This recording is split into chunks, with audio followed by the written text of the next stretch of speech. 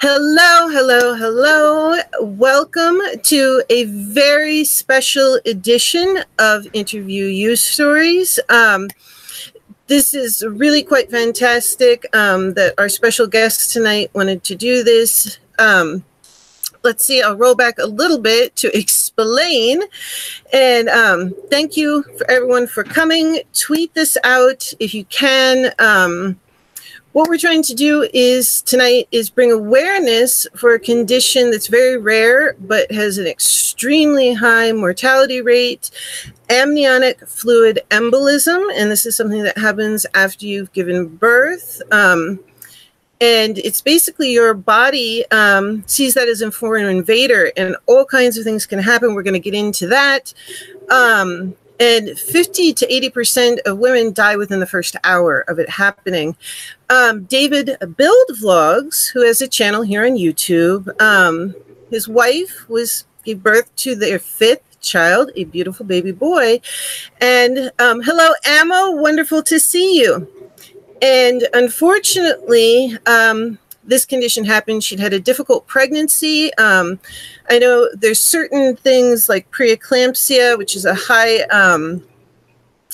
blood pressure, and some other things that we're going to get into can lead, not necessarily lead to this, but you have a higher chance of this happening, but it is very rare. And he was updating people from the hospital. Hello, Pink Poodle. Thank you so much. And I'm so sorry, honey. I meant to answer you. I've been having a lot of problems with my RA, and Mama Styles pointed it out. It's probably because of Hurricane Florence. So I was having a lot of pain. Unfortunately, I had to reschedule on Monday. Angel Muniz, I'll be talking to you on Friday, my love. So good to see you, and thank you for your patience. He was supposed to do his pre-interview the other day, and he was so lovely about rescheduling it. You guys know I really don't like to reschedule things, but I've also had to learn sometimes you have to say, hey, okay, I'm human, and stop, because I'll push myself a little bit. Oh, thank you so much. And Mama Styles, oh, so excited. Thank you, Mama Styles, for being such a good friend and also understanding. So what we're going to be doing tonight, David was on. He's taking care of his 5 children, including his newborn baby boy. So he'll be back on in a second. I have my wonderful guest co-host, Angel Domingue. Hi, honey. How are you? I am great. I am great. I'm just so happy to see everybody coming in. This is wonderful. You guys are amazing. You guys are. Isn't it amazing? It is fantastic. S2W themes. Yay. Hello. Great to see you guys. So tonight, we're going to be talking about the story of what happened to David's wife, what's going on now. He's unable to work right now because of his situation with his children and his wife. She was in the ICU under critical care on a ventilator. And at one point they had the call, call the parents. They didn't think she was going to make it through one night, and so on and so forth. But since he's unable to work, and it's going to be a very long road for her recovery, and we'll talk a bit about that too. The doctor suggested he make a GoFundMe account, which is linked below in the description box, as well as Angel's channel. If you don't already know it, she's down there. David's channel is linked below in the description box, as well as his GoFundMe. We'll be bringing it up every so often. If you can donate, please do. Any amount would be helpful. And if you can't donate today, donate next week, donate next month. Just keep it in mind, because his family definitely could really use the help. This is just something you can't plan for. And I figure in our big YouTube family, what better time to stick out your hand and, help a friend. Or if you don't know him, help a new friend. Nathan likes drums. Hello, how are you? I always laugh because he always says hello and he doesn't say much else. And now it's become a game where I'm like, Nathan, I'm going to get you to say something else because I see him talk other places. But anyway, it's funny. He does that. So we're going to go into this and we're going to talk about it. But first, I want to welcome our guest and say hello to David. David, how are you? Yes, hello guys. So I have the phone just on the bottom on the console, so I'm not going to be looking. But you know, that's I'm on a headset. That's fine. In any way that you can do it. David was so sweet. He was talking on his live streams about how he wanted to bring awareness so women would know about this. And I thought it was so kind in the middle of, this extremely trying time, which is putting it lightly. He was still thinking about other people. So, I immediately offered and said, well, come on here, So, whatever angle you have, David, that's fine. As long as we can hear you. The fact that you're here. Yeah, don't worry about it. So I guess where we'll start is why don't you tell the story and give them the background of what happened? Do you mind if I tell you like the long version? No, please do. Go for it. I may jump in and out to talk to people in the chat, but yeah, we're good with long versions here. We really are. So yeah, please. Okay. So my wife was supposed to be having her due date in October, but for some reason I don't know what happened, and she was having pains, so she had to go to the hospital on, let me see, what was it, I think maybe like a few days before September. Before Labor Day, because she had him on Labor Day, right? Yes, correct. Okay. So she was there maybe since Thursday before Labor Day. I don't know. So she called me, hey, you know what? I think I'm gonna have the baby, and I work out of town. I work 13 hours away. So yeah, you said in Mississippi from Texas, right? Yes, correct. So I came over here. I could get.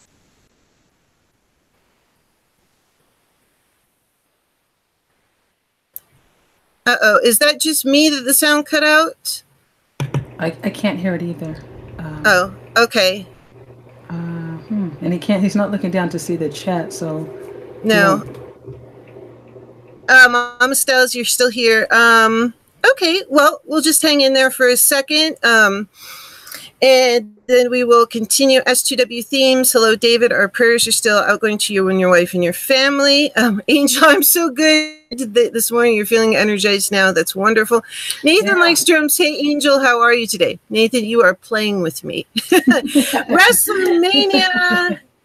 Hey, Jamie, what is up? We're just having a little bit of technical difficulty, but David will be back. He'll be telling his story. Down in the description box is his GoFundMe account. His wife has had AFE, which is amniotic fluid embolism, which is fatal in most cases. And she has come off life support finally, but she's been in the hospital since before Labor Day and didn't even meet her own child for quite some time. And as soon as David was telling the story of what happened, he was just getting into it, and we cut out on sound, but that's okay. We're going to chat until we get him back. But there is a GoFundMe in the chat. In the description box. And if anybody can donate to it, and like I said, it doesn't have to be today. It could be tomorrow. It could be, next month. Anytime is fine. Whatever you can is much appreciated. And I'll pop it right here into the box. There we go. Yeah, because it's going to be, a lengthy recovery time, and I don't believe he's working, and he has 5 kids. So anything that you can do to help, like Lady B said, if you can't do it today, maybe in a week or two, just put a little love offering. It's good. It's just a big help to have a little something, especially from the community. He's a great guy, awesome dad, and he's just holding up so well. And I know it has to be hard, Yeah, he is such a kind person. He's one of the first people that I met on YouTube when I started in February, and he was always so nice to me. He's such a friendly guy and always came to watch my videos, whether or not he was interested in what I was doing or not. And he has a wonderful channel that you guys should check out. It's also below about cars and his Mustang. Oh, did we get him back? Yes. Sorry, my phone died. It's okay. Oh, that's okay. Like I told you, Angel and I can do this for 5 hours straight, just the two of us. So it's all right. We're very used to working together, and we'll pick it up easily. So yeah, Wrestler Mania, and everybody is saying, you know, the awful. Where's my mouth today? Sorry. Offering support, and WrestleMania Jamie, he says hashtag dads stick together. That's right. David is an awesome dad of 5 now. And there was one other message I wanted to read back from S2W Themes for David, and then he can go on with his story. David Enzo, who's S2W Themes, I know well. He's also one of the first people I knew of, and we have some big projects together. He said, hello, David. Our prayers are still ongoing for you, your wife, and your family. So I'll be reading it out. David cannot see the chat, but we will be reading it to him and to anybody who is listening. Thank you so much to my audience that listens as if it's a podcast. We really appreciate it.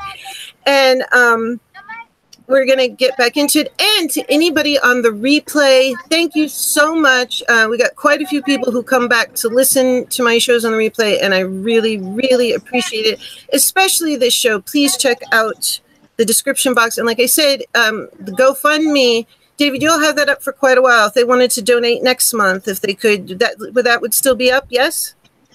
More than likely, just because, you know, I can't go work somewhere because I take care of my kids.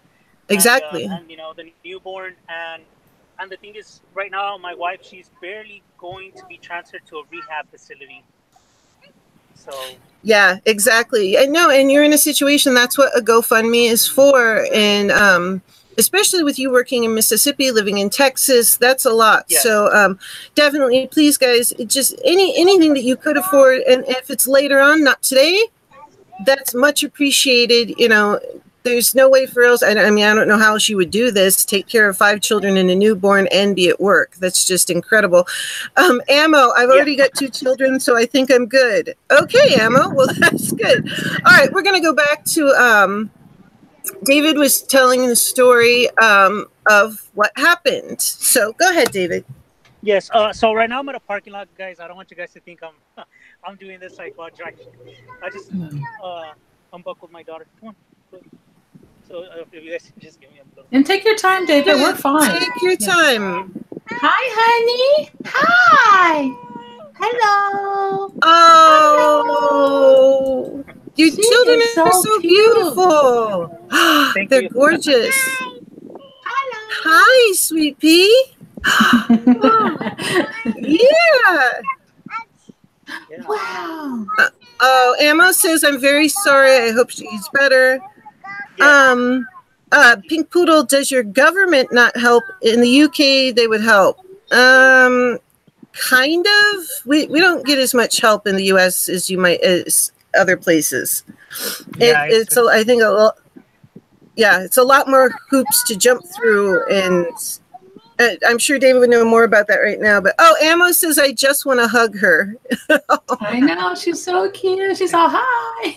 Yes, thank you. Yeah, she's real talkative. Sometimes she'll be at stores and say hi to random people, and it's sometimes it's embarrassing. They're like, oh, you know, you have to say hi to them too. So, yeah, my mom said I used to do that too. So, it's surprising that I was friendly as a kid too.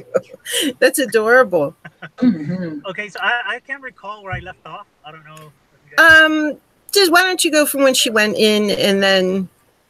Okay. Yes. Yeah. So the Thursday before. Yes, the Thursday before. So then, come Labor Day approaches. She's in labor. The doctors at the time, well, nobody knew, you know, at the time she had that she had just had her uterus collapse. So oh wow, that we didn't know. You know, it was going on, and that's why the contractions had stopped, and that caused the baby, you know, to go up further. He was already you know, in position to be delivered, but once that happened, then of course it threw everything off, and it set off kind of like a domino effect. Right. So she had to go in for an emergency C-section.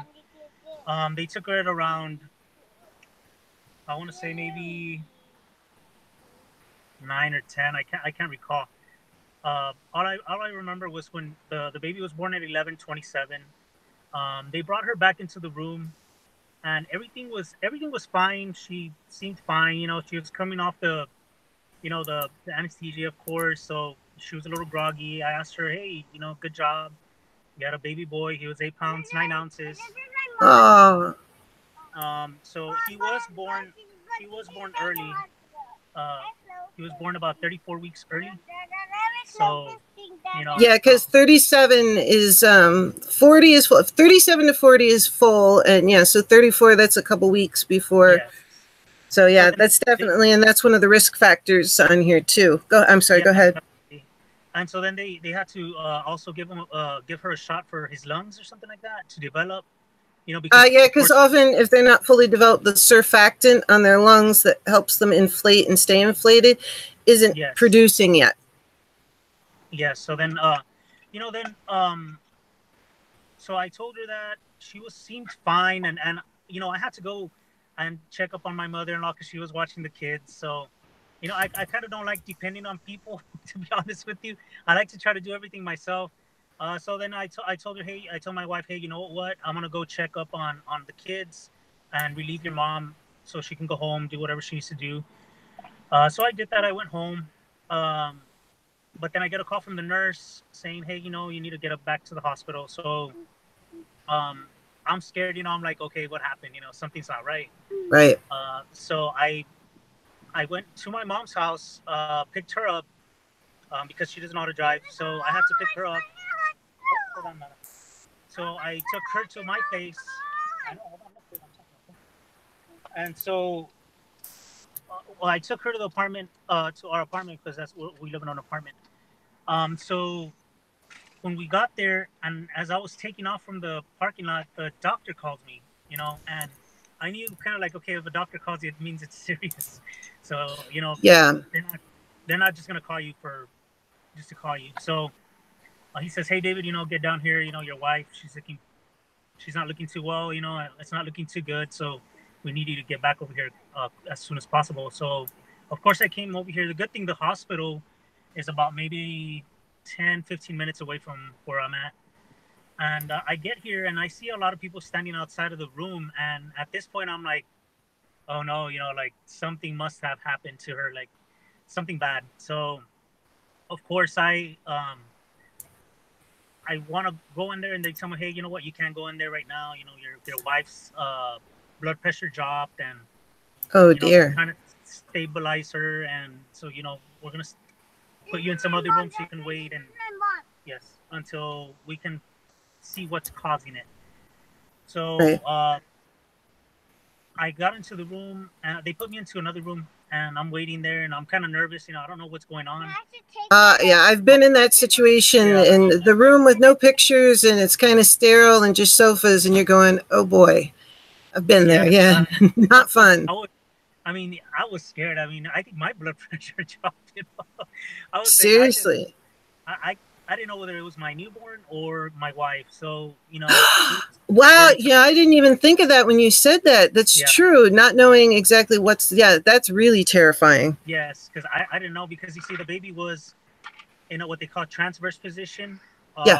So they had a hard time taking him out, and during the delivery. So the doctor tells me, hey, David, you know what? We're going to have to take her back for emergency, for surgery right away. We're going to call some doctors from another hospital in a town nearby. It's about 30 minutes away from here, so they can come assist with the surgery. But we need to get her in there to find out what's going on. So they found out she went DIC. She started hemorrhaging pretty bad. At this point, they thought it was like preeclampsia, but it's just as they're going, what they're thinking, like it could be anything. So I'm waiting there in the room, and I want to say it was about like midnight, I think, when they got done with her, and then they had her kind of like not stabilized, but just I guess, stabilized enough to, tell me what was going on and everything. So by the time they got her out of the surgery, she had packing in her area, in the area where they did the C-section, because she couldn't, her blood wouldn't clot. She was just Right. hemorrhaging, and they just needed to stop it somehow, because if not, of course, she was going to pass away. And the doctor tells me, hey, you know what, David,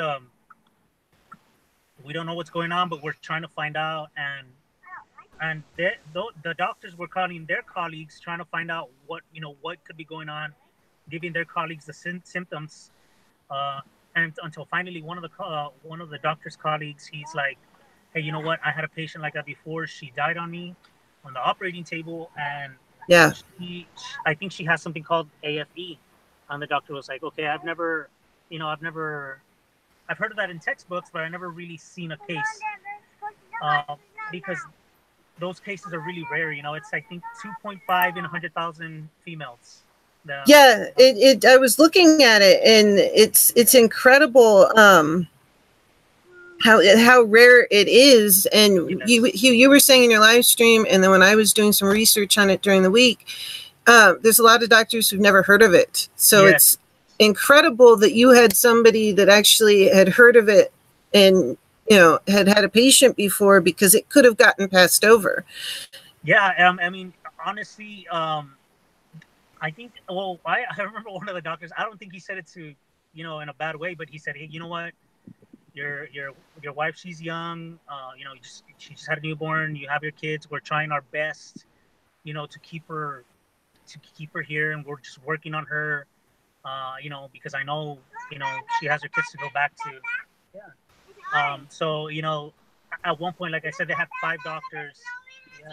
Yes, they had 5 doctors in the surgery room, and a lot of people just helping out, to be honest with you. And so that was day 1, and then day 2, she was still open.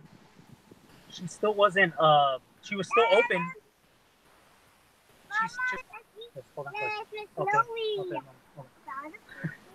She was still open, so she still had that packing to stop the bleeding. Right. And at that point, one of the doctors said, hey, you know what, David, I mean, it's not looking good. I want you to call her parents. Yeah, that's a point where I was in a situation like that with my father. I told you the story before, and for the chat, sometime I'll tell the whole story of my father. But when you get told to call family, or when they tell, especially they scared the heck out of us when they said, suddenly the chaplain showed up. You're in, it's a feeling you never want to feel. I'll put it that way. No, definitely not, because that's what was going on. They had a few chaplains here, and I think about 3 of them, went up there to her room, and they said their prayers, I guess, or, did what they had to do. And one of them sat down to talk to me. Hey, you know what? Do you believe in the Bible and stuff like that? And hey, I want to pray with you, and I was waiting for my in-laws to arrive. I go, yeah, sure. I mean, go ahead. I prayers right now. That's all I care about right now, just prayers. And then I'm a big believer in God, actually, and I have a lot of faith. So, that's all I wanted at the moment. I just wanted prayers. I didn't want to break down or lose it, because there's no point. I had to. Yeah. I understand exactly what you're saying, because I keep bringing up my father, because that was I dealt with this with my grandmother as well, but my father was the one I was closest to, and it's the most similar situation to that I can try to put myself in your shoes for. And I got called Spock when this was going on, because people, why aren't you crying? Why aren't you doing this? And it's at the moment, it's not going to help. Yeah. You have to take care of what's going on, and you don't have time at that moment to break down. Yeah, and then at the same time, here you have 5 babies. They don't know what's going on. Yes. You can't come home breaking down. They're gonna be like, what happened? Where's mom? So yeah, you have all this. Yeah, definitely not. I had to That Pink Poodle says, I understand that feeling for both of my parents. Yeah. And you see, so the doctors were telling me, hey, you know what, she's not going to make it tonight. And, at that point, I didn't even know what to I didn't know what to feel. I mean, I could feel like I want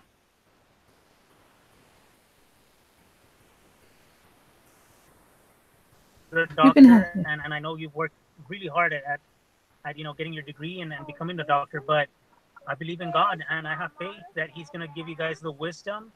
And once you guys go back into that surgery room, you guys can figure out how to, you know, what you need to do in order to help her, you know, so that she can stop bleeding and you know, just get her better overall. Right. And you know, the doctor, I guess he understood. He didn't really tell me anything, but you know, I mean, what can they do when, you know, I mean, so once they told me that, I mean, I did get a little bit discouraged. I was like, I can't believe this. Like, you know, I mean, we had plans, you know, like we had plans. She had just, like I said, she had just graduated from nursing. She had passed her boards. She was gonna go out job hunting after having the baby, and right, you know, it just it was just very, very difficult to process everything that was going on. That's crushing. I mean, you know, you had all this wonderful thing. He was telling us beforehand, like he just said now, she, you know, had studied nursing. And so, you know, they put out money for that and passed her boards and all this exciting stuff. And, oh, the new baby's coming. And then, phew. I love what you said to the doctors, David. That's powerful. That's powerful. He said, "Oh no, y'all better get back in there." Yeah. Yep. I mean, he said, "I'm not going home without my wife." I heard that. Ladies, this is the kind of man you got to get. Get you one of these these God-fearing men. Mm-hmm. He said, "Wait a minute." David's a good guy. That's right, David. I love that story. Yeah. So I mean, I told him that, and you know, I was just on sticking to my faith. You know, I just had faith.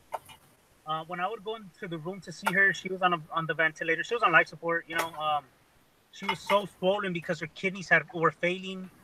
Her liver enzymes were very low. Yeah, the other systems start to shut down when you're in that critical of condition. Things just start closing down. Yeah, it was just, everything looked very negative, guys.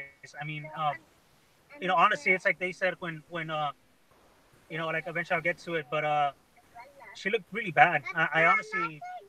We honestly thought she wasn't gonna make it. Like at one point, you know, they tell us that. Yes. Okay. So, I step into the room and I see her. I see her there, and she just looks so swollen and so different from who you're used to.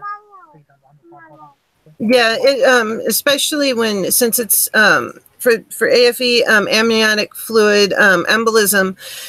What it is basically, there's a lot of people that we still don't know about it, but one of the major things is it's a reaction from the immune system that causes swelling and fluid retention and whatnot, which is the same thing that happens when you see my face is puffy right now in my hands, except on a much larger scale, because with amniotic fluid embolism, it's part of the amniotic fluid goes into her bloodstream, and her immune system views it as invaders, so they start attacking it. Yes. And that's why she ended up swelling so badly and whatnot. But like I said, it's like what's happening to me now, but on a much grander scale. Yes. And so she was pretty swollen there when I stepped into the room, and you know, I took a look at her, and you know, I just broke down. I broke down a little bit, and you know, it was really hard seeing her like that. You know, just because you're so used to seeing somebody you love and somebody you're close to, always smiling, and you know, right. You know, with the Kimberly Harrod said she just went through this with her best friend, and her best friend didn't make it. I heard about that before. So sorry, Kimberly. I'm so sorry. We are here to support you, though. If you need anything, please message me. I totally understand. But please go ahead, David. Yes, as a matter of fact, I will, if you can try to link it's called AFE.org. It's a website. And they help out families.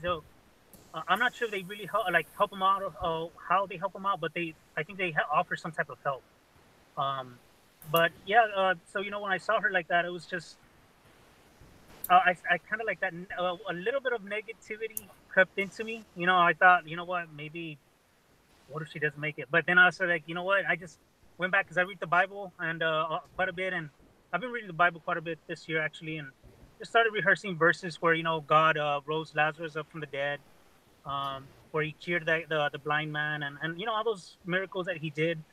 And so, you know, I just said, you know what, let me just pray. Let me read the Bible while I'm here sitting with her, and let me hear Christian music from, you know, Elevation Worship, Toby Mac. I like trying to fill myself with positive messages, you know, just to get by it. So eventually, I think fast forward about 9 days, like her eyes start kind of like wanting to open. Yeah, because before this, she was, and for 9 days, she was unresponsive, correct? Yes, correct. Unresponsive, nothing, like no moving.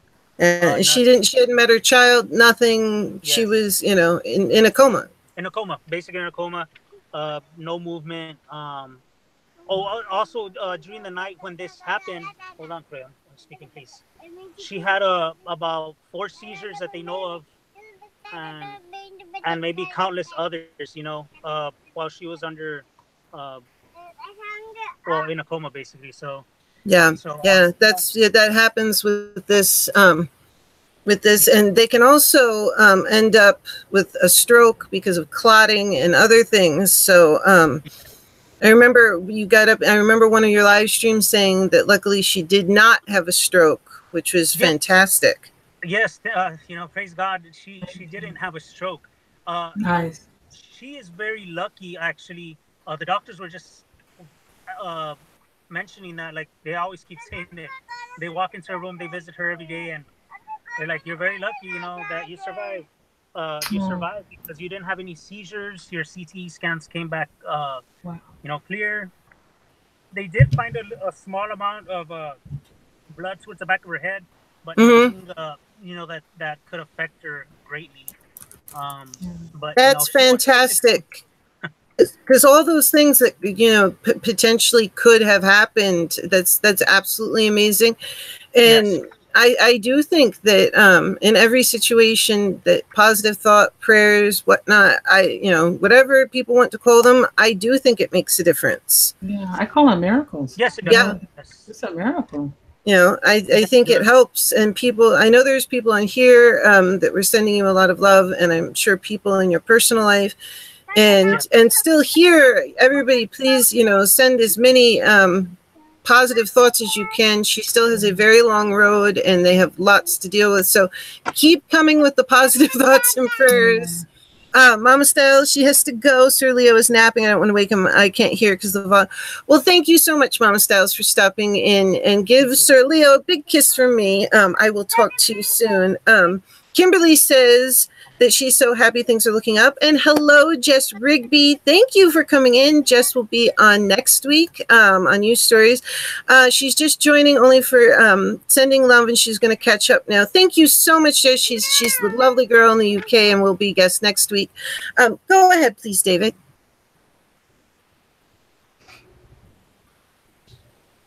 Or if you're taking care of the children, that's okay. That's got to be... Yeah, I think he might have just froze for a second. Yeah, we'll give him a second. That's like, you know, lots to handle at once. That is absolutely incredible. The thing that got me was the fact that she went 8 or 9 days and, you know, hadn't met her son. And it's just terrifying to be there. Yeah, just think, you know, especially some of you guys there that are married that has kids. You know, you're making all these plans, you prepare the baby's room, and you go in to have your baby, you know, it's an exciting time, and something like, and he left just to go check on his mom, and then you get a phone call, just like everything turns around, you know, and that's really, I mean, I'm so impressed with the amount of faith David has.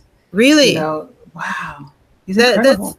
That's one of the things that really amazed me when I was watching, because this is the funny thing. I was thinking of David and going, you know, gee, I haven't seen David in a bit. For the people who just come on, he's in a small group of people that were some of the first people I met on YouTube when I officially started as a public channel in February. He was always so kind and upbeat and positive and nice. He was actually, Angel, supposed to be on that first marathon we did on the I'm a Creator channel, but he had difficulties getting on. And you know, he was just always such a positive, nice person, always came to my channel. It was really nice. And, you know, so it's not that somebody else, it's worse, but it was just, he's managed to say so positive and uplifting. And, you know, it's amazing, you know, going through all this, that he's maintained that. Yeah. Sorry, guys. That's okay. Okay. So yeah, you know, during this whole ordeal, I was just honestly holding on to faith and you know, going back to, you know, God and praying a lot. I did a lot of crying in the parking lot of the hospital. A lot of crying in the shower. It's a good release, though. Especially, I'm like you. If I am going to cry, it's probably going to be by myself.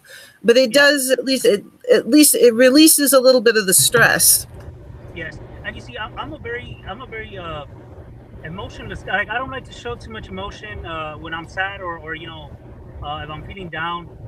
You know, I've done martial arts, MMA. I've fought twice actually. I've done boxing. I've done wrestling, and you know, wow. You know, this brought me, you know, to tears. You know, this whole ordeal. You know, of course. So, we had a question, two questions. Oh, yeah. Kimberly Harrod wants to know how the baby is doing now. And Jess Rigby is sending love and positive thoughts to you and your family. The baby is beautiful. We saw him right beforehand, but I'll let you tell, David, how your son is doing. Okay. They just wanted to know if your son is doing well now. I think he might have froze. Did he freeze? Oh, okay. We're having just a little bit of, yep. Is he frozen? I'm not seeing anything coming in from. Frozen. But we saw his baby when he first came on, and the baby looks really good, really cute. Yeah. I think he's over 8 pounds. Was he said the baby was 8 pounds when it was born? I think so. I'm not positive, but I know maybe it's now because the baby was born at 34 weeks and 8 pounds would be a lot at 34 weeks. But I think it might be by now. And and the baby this was before we went on, Kimberly. He had the baby in his arms. And he was still inside, and then he went out to the car. And so nobody on air has seen the baby yet. I'm sure he'll be back in a minute. I know he's having a little bit of technical difficulties, but he will be back. He finds his way back on. And yeah, I can understand that about, but literally I was called Spock. People said that was just kind of rude. Like what? When I went through the thing with my father, and they said, well, you know, you're not showing this and you're not showing that. And I went, well, just because I don't put it out there for everybody to see doesn't mean it's not real. Some of us are just more private that way. Yeah. And when I got diagnosed with cancer and they said it was invasive, that it was moving. And, you know, here I am a chaplain. I know God's word. And, you know, I've always, you know, stood on faith. But when you're in shock, you're still trying to process. It's just like when your dad was sick. It's like, he was just here. You know, what do you mean? Exactly. It just happens. You're still trying to get your emotions together. Well, thank you so much, Pink Poodle. Thank you for coming. I know that you get tired easily, and that happens to me too, love. I know how it is. Thank you for joining us. And if you wake back up, come back, and we will probably be here. But thank you. Yeah, it's something that, you know, that's a big thing. Go ahead, Angel. And I was like David. I was crying. You know, I'd go on because, you know, I live here with my roommate, and, you know, she was, you know, she felt sad too, but I didn't want to put it all on her. So I'd go in my room and close the door. I'd get on my knees and I would just pray. Then I would cry. I'd be at work and then I would just cry. I know how you feel. You're strong, but you're still dealing with something that and I think the biggest thing is you can't control it. There's nothing you can do. There's nothing you can do. It's there. All you can do is think about you know, what you would tell somebody else. Because, you know, when somebody else is sick, we tell them, oh, you know, it's going to be okay, you know. But you tell yourself that, you know what I'm saying? And you have to, this is what you preach. I'm just getting a message from David right now. He's having a little problem with his phone charging and it's not cooperating. So I'm just telling him we're going to go ahead and talk about this a bit and tell you about it until he can get back on. I know he wanted to bring awareness. Let me just put this, jump back when you can. Yeah, and if you guys could tweet this out, that would be great. Just retweet it. But yeah, you know, this is great news because, you know, I remember weeks ago she was in a coma. You know, now, you know, she's starting to see. She's, you know, I was kind of wondering if she was able to see the baby. How did she respond to the baby? I guess you have to tell us that when he gets back. Yeah, because I know she didn't get to see the baby for at least 8 or 9 days because I was following along with it.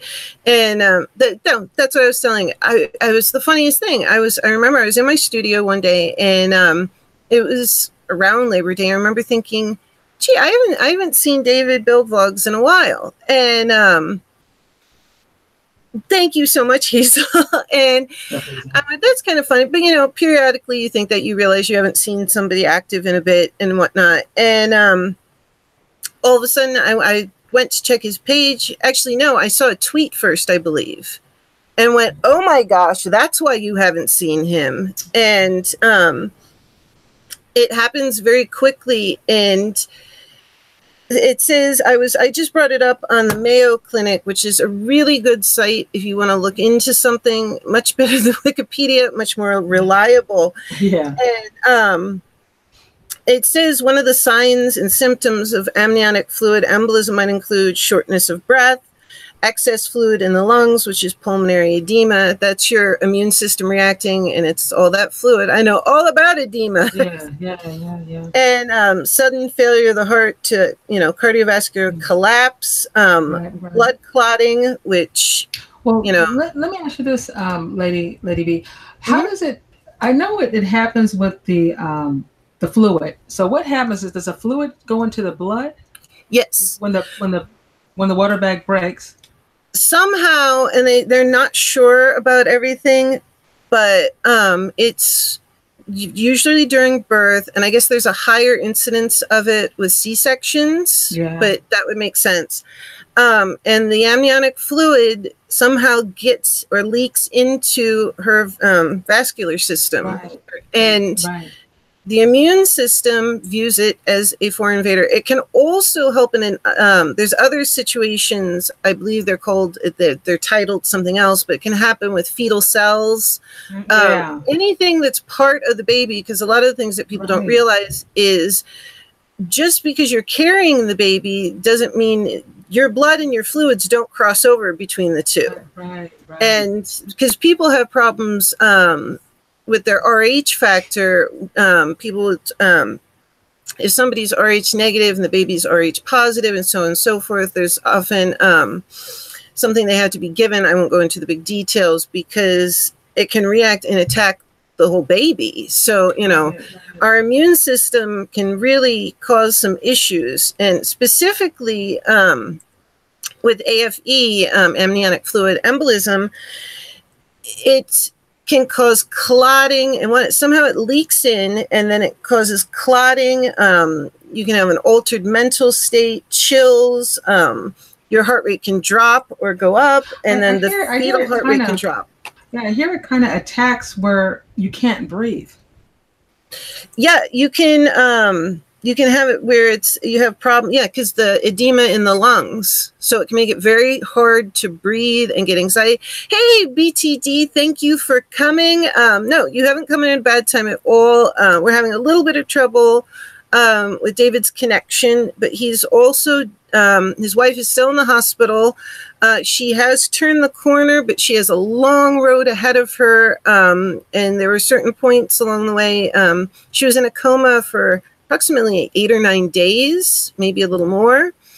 And she's been in the hospital since the Thursday before Labor Day. And then this happened. She delivered early at 34 weeks. And then came up with amniotic fluid embolism, which is when the amniotic fluid enters the maternal bloodstream.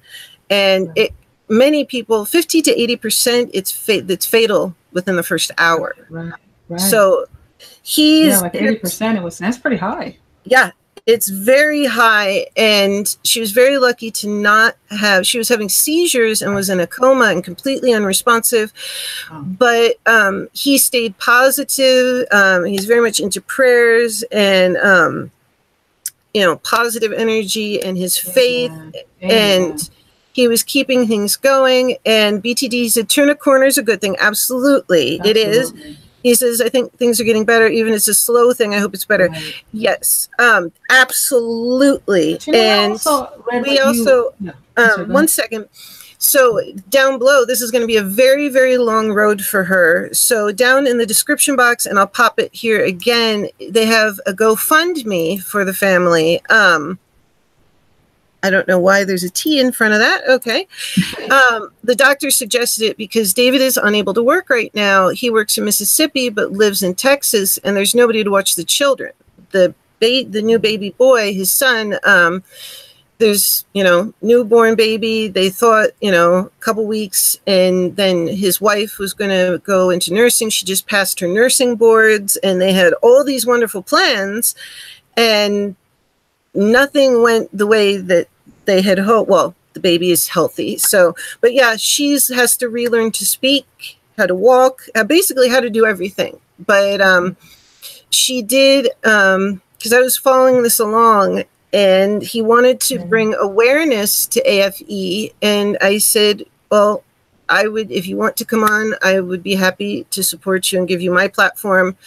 And because he wants women and men to be aware of this, that, I don't know really what you can do to prevent it. There's a lot that's not known about it, but there's so many doctors that don't know what it is. They were very lucky that a doctor had seen this and spotted it, because a lot of the time they don't know what it is because it's so rare and so fatal that by the time they figure it out, if they do, the person may have passed already.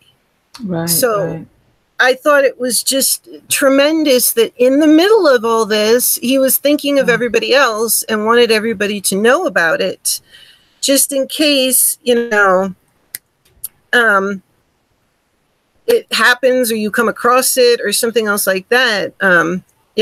So you might have a clue and say, hey, maybe it's this. It could save somebody's life. Right. So I thought it was incredible that he wanted to do that in the midst of all this. Right. Because, it's a rare thing because they're normally to get a hold of it. But they were saying also when women are advanced in age and they get pregnant, this can happen. Also, women who are diabetic. Yes. And, what you're talking about when people have to have a C-section.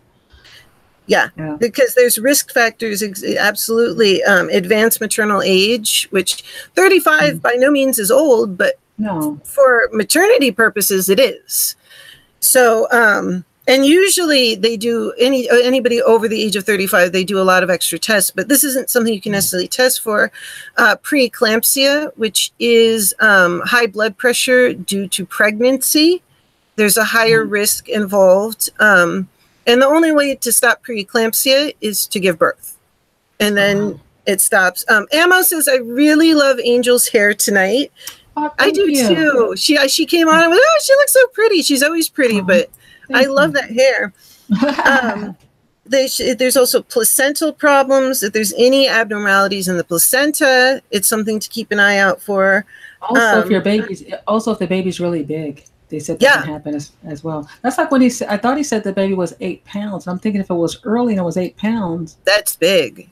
That's why but I might have heard it wrong because my hearing's kind of bad. But well, you know what? Once we get him back, we'll ask, because I heard that, but I'm not sure if I heard it right. So we'll find out about it. He said he's going to try to charge it for a bit and see what happens. I know I told him he wanted to come on and do this, and I said, just no worries.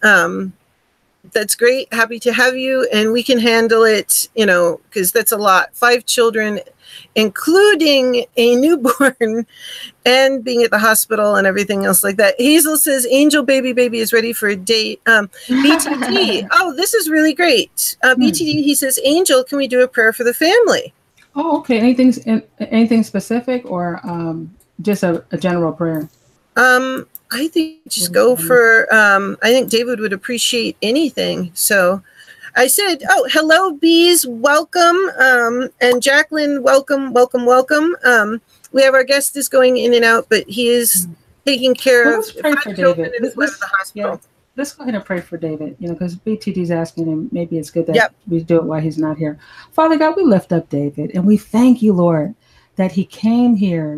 He came open.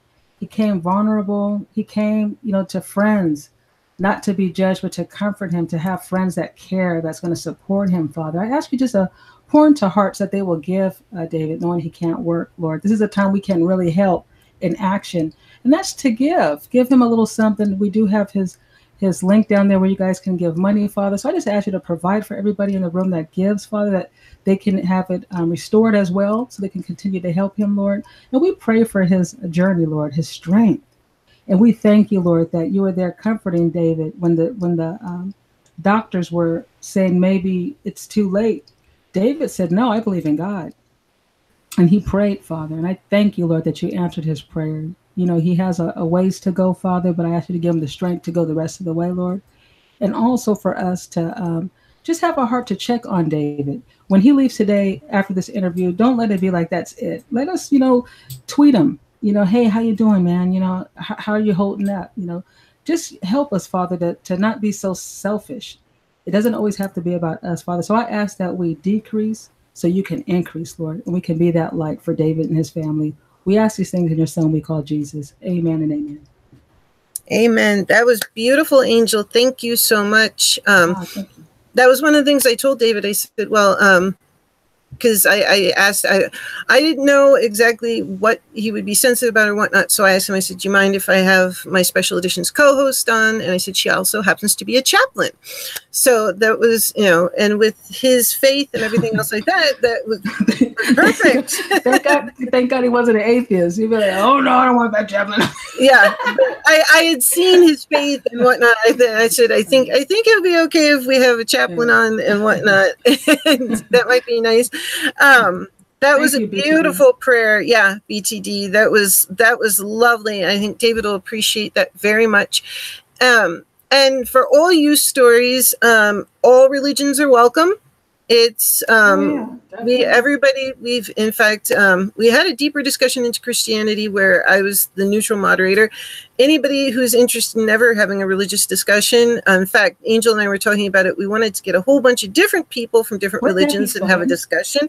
Yeah. Why don't you get people from Hindi, the Catholic faith, just why? And I like that question. Why did you pick this religion? Why? Yeah, are you just following your parents? I mean, what do you think? What do you really believe? Have you experienced anything? And how, what I'm saying? That's such an excellent. Well, we're definitely going to do it once we find, gather the people. We'll do that. Jacqueline Robles, great to see you. What's going on?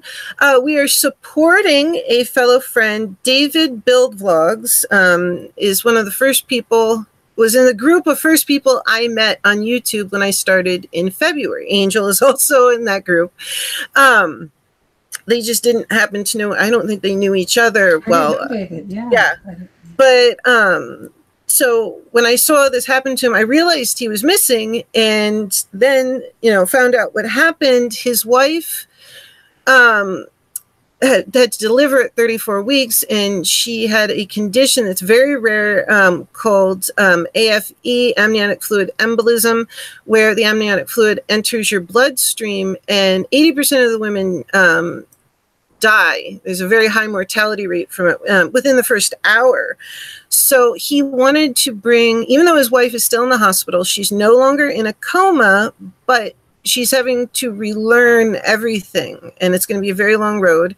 So we wanted to have him on. He wanted to spread awareness about this because there was only one doctor who had the slightest clue of what this might be, So the more people who know about it, if it happens to you or somebody else, the more likely, that person is you know, to make it, to pull through.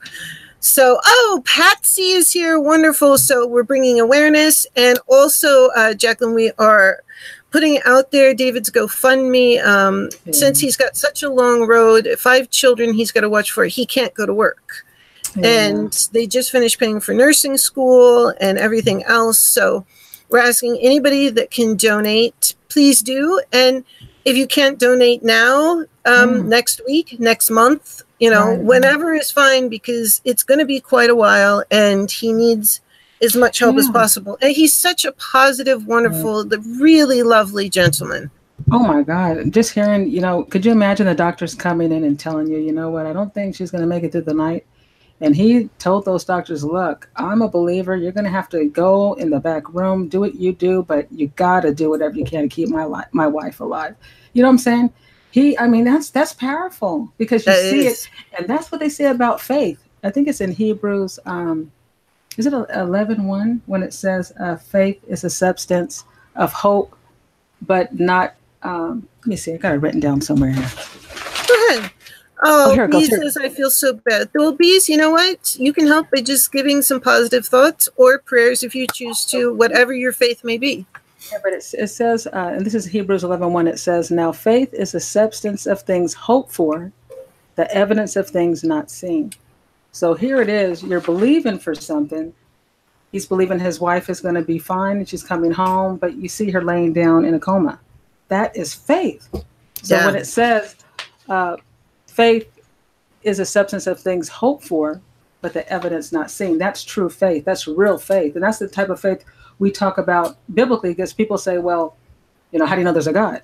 You know, and you have to start by faith. You start praying. You can't see him, but you're praying in faith, right? Right. But it's powerful because David said he's been reading the Bible, you know, for some time before this happened. So his heart and his spirit was prepared. Isn't that, you never know.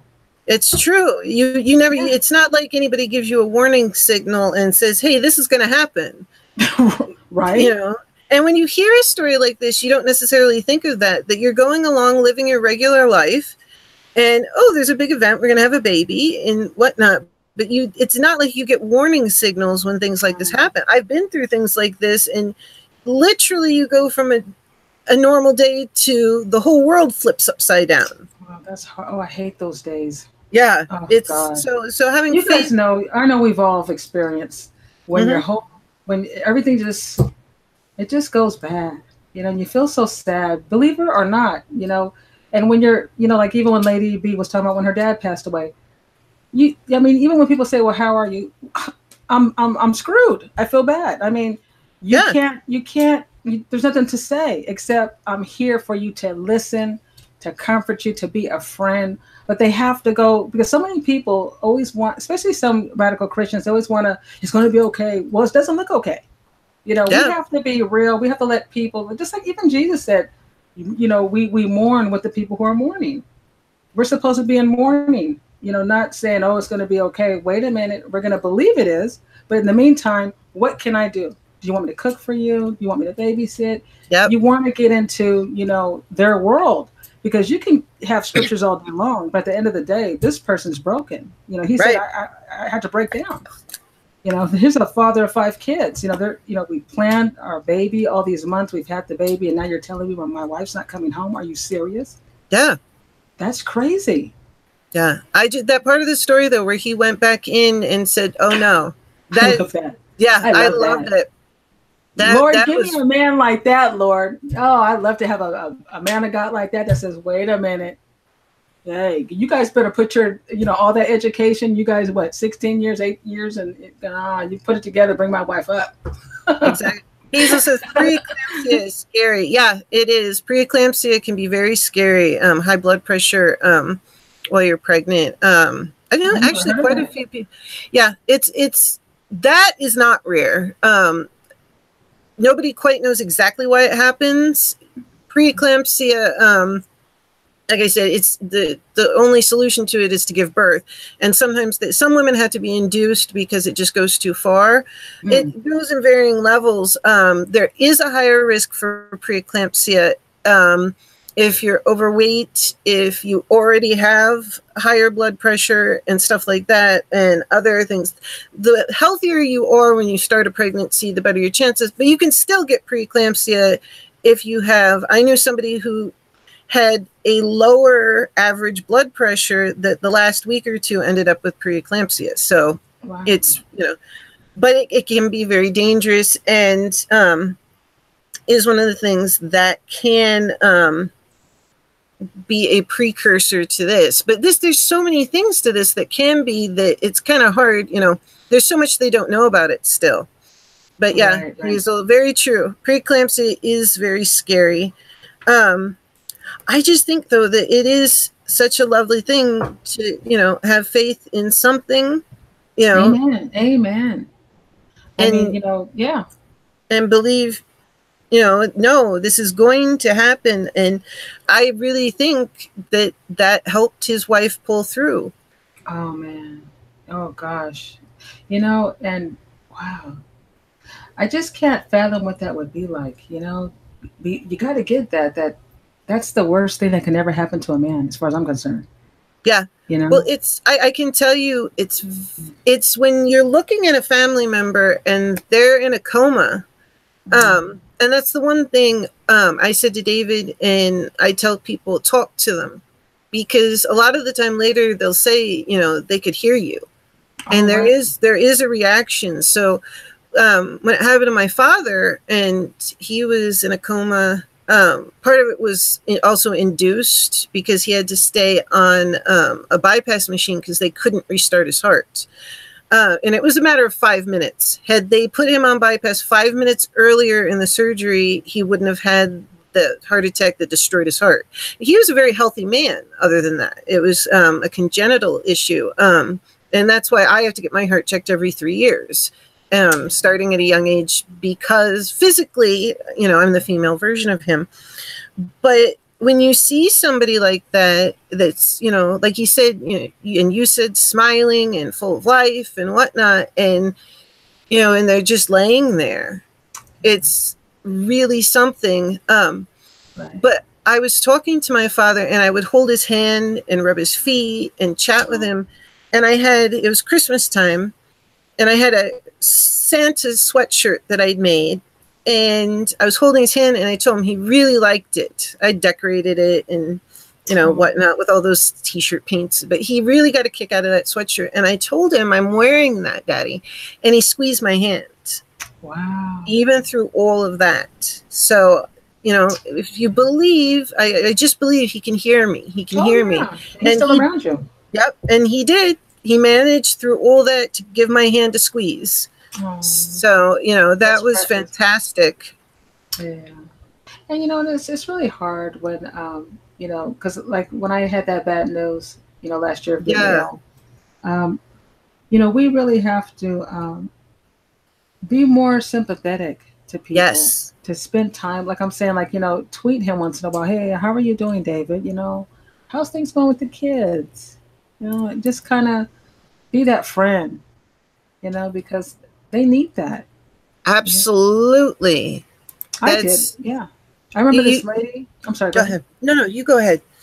I remember this lady, she would email me, and it was a lady I worked with. I didn't know her very well. She was a new employee, but when she heard I was sick, we all had each other's numbers in case someone couldn't make it to work. You can always call. Right. She just emailed me. She said, I hope it's okay that I email you, because I just wanted to check on you. And I thought that was so sweet. And so I would always, you know, automatically just tell her how I was doing, because I thought that was so kind of her. And till this day, you know, she prays for me. And I just think God just put her in my life, because she asked me, how are you doing? I said, I'm doing great. She goes, well, how's your ministry doing? I said, well, you know, I'm still doing the ministry. She said, I go, why are you interested? She says, no, I just know I need to be praying for you. And I said, wow. I said, well, I mean, that's the best thing anybody can do for somebody, is while you're doing your day-to-day work, someone's praying for you. I think that's so awesome. It is. It helps tremendously. And that's what I was saying to people about this, you know, put your hand out. And it doesn't have to mean, you know, literally, you know, put your hand, but put your hand out in the sense of, you know, reach out to people. Exactly. It doesn't take that much, and it can make a tremendous amount of difference in someone's day for them to know somebody's thinking of them. That's why when Miss Kathy went into surgery, it popped into my head, why don't we do a live stream? Oh my God. Look at how fast she healed. And she did. And oh my God. The thing that made me so happy was she said before, when she'd gone into surgery, she was nervous. And that was the first time that she wasn't. She felt everybody with her. And that's why I wanted to do it, because I really think it makes a difference when people, you know, people are with you. You're not by yourself in it. Not by yourself, because you really feel alone. Because I had a lot of people. I had my church praying for me. My family was praying for me. I was never alone. My brothers and sisters even came from out of town to come with me to all my doctor appointments. But I told my mom, I said, you know, Mom, I don't know what's wrong, but I just feel alone. She says, you are. She goes, because when you go on that table and you go through that 9-hour surgery, you're by yourself. It's just you. Yeah. And I appreciate it, because my mom's, and I take a lot, just like you take after your dad, I take after my mom. She is straight up. She is not going to give you a BS story. This is what she's going to tell you. You take your faith and everything with you on that table. Because it's going to be you, honey, by yourself, and get, you know, you came by yourself in this world, and guess what? You're going to leave. Pamo says, she says, all right, who disliked this? Obviously somebody very silly. Really? You know what's weird? I just put up a video with Donna Shaw singing Amazing Grace. Because I saw that. I didn't get a chance to watch it, but I saw it pop up.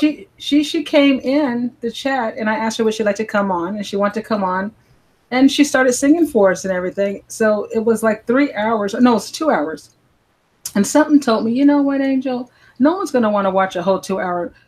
Get that part when she sang that beautiful song, and put her link so people can go and see Donna Shaw, you know? So this morning I put it up there, and you know, I got a thumbs down on that.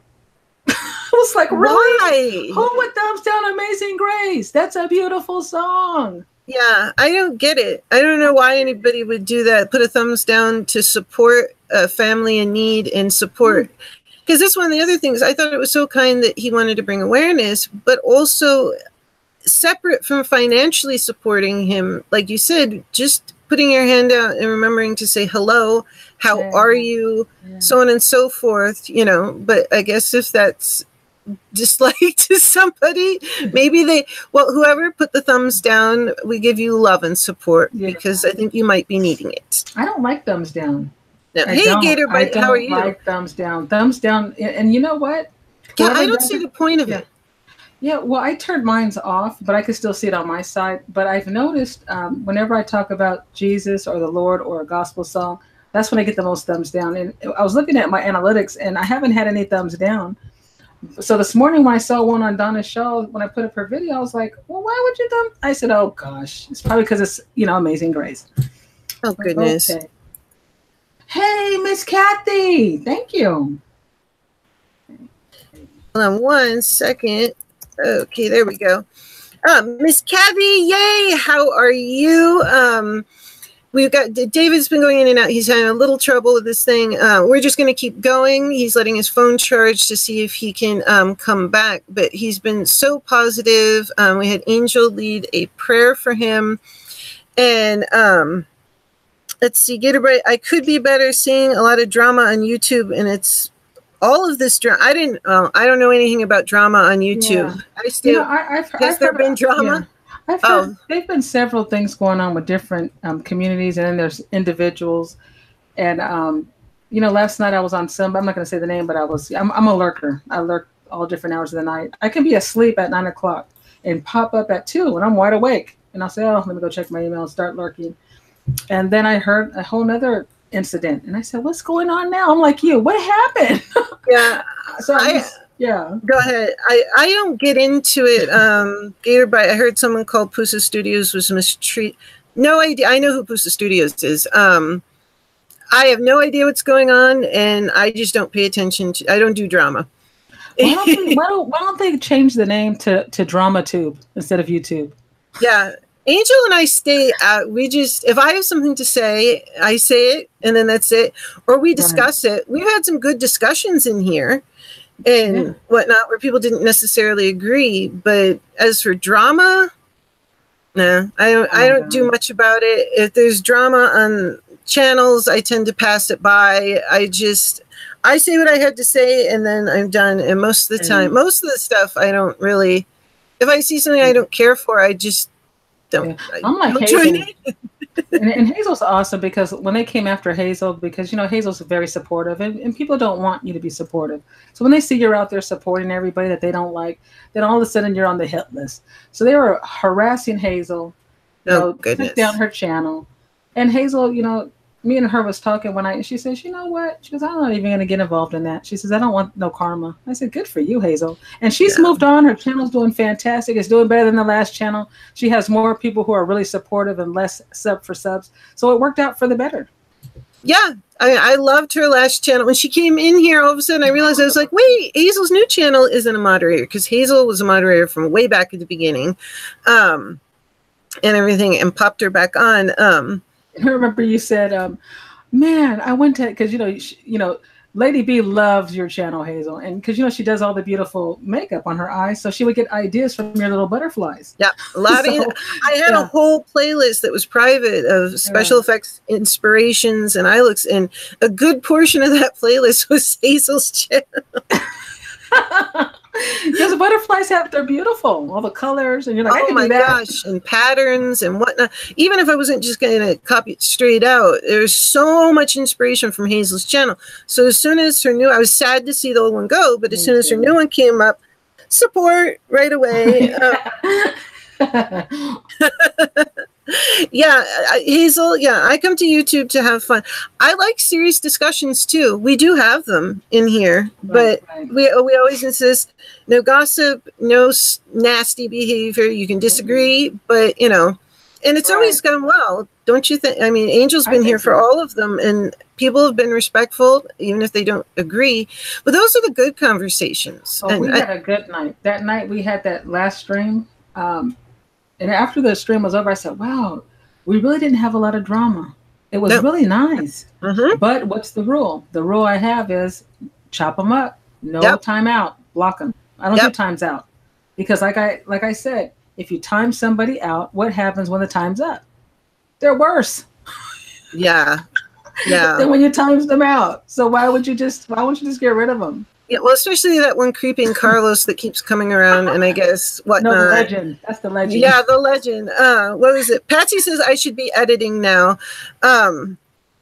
I have stuff I have to edit, but obviously not right. I don't think it would be very fun to watch me edit. And hopefully we'll get David back. Gemma says, I just feel really overwhelmed by everything and not sure how to process things. I love being here. I can chill out with beautiful people. Oh, Gem, I'm so glad. Gemma has been having a bit of a rough time. I've only been able to help so much because I've been having some issues with my RA because of the big hurricane. It doesn't always affect me this way, but this way, in fact, Mama Styles is the one who pointed it out. I wasn't on Monday, and you guys know I do almost anything to not reschedule. I don't like rescheduling. I like to stick to what I say I'm going to do, but I've had to learn my lesson that sometimes you have to say, no, I need to rest because your health comes first. If you guys look back maybe about 2-3 weeks ago, you will notice that there has been a shift in the atmosphere where there's been a different energy, where you're hearing a lot of people being sick, people feeling tired. You see these tornadoes coming, all this fighting. Don't think it's just a coincidence. This is what we have to be sensitive to. We have to know the signs and times. This is what the astrologers used to do. I know, and I don't want you radical Christians to go off on me. I want to be real here. Remember the wise men? They knew how to tell. God set the moon, the stars, and the times, the rain, and all was for us to know the times and the seasons. So when you start seeing a lot of bickering, a lot of fighting, this is when you want to pack up your little toys, you know what I'm saying? Yes. And just lurk. Okay, don't go in there, because you may have to say, "I didn't know about that," So, come to think of it, I haven't been. I've been kind of keeping back.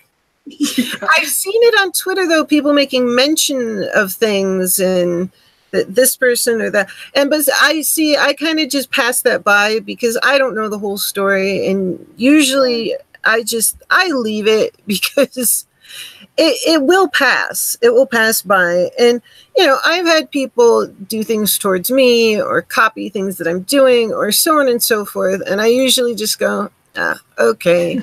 And I'll just, you know, unfollow and keep going. That's how I handle it. Right. Yeah, some people can be strange like that. I've been seeing people saying a whole bunch of stuff, right?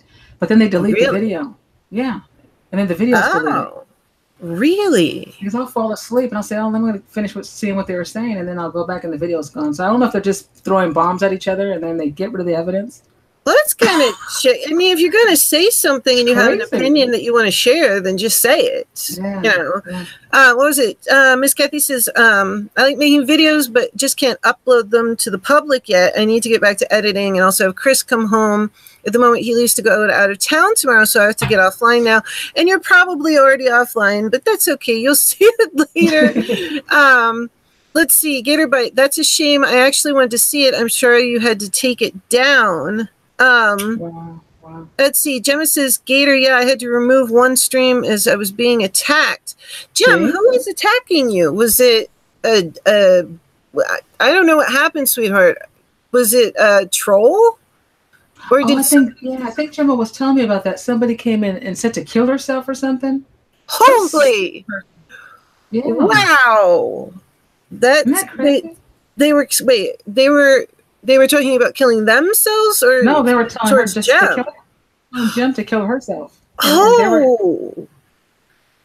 That's immediately just that's troll out. There's some sick people out there. Sick people that need to find something. Jen says multiple trolls, and that's just evil. Yeah, those are people that have issues and they have problems, and you really can't take them seriously. You know, there's nobody that's normal and healthy is going to say something like that. You know, that's just. I like what Hazel put. Remember to be nice, kind, and courteous. Never demanding or disrespecting. Yeah, exactly. Well, that's the rule on here. We have all kinds of discussions, and I think there are difficult discussions. I always say this.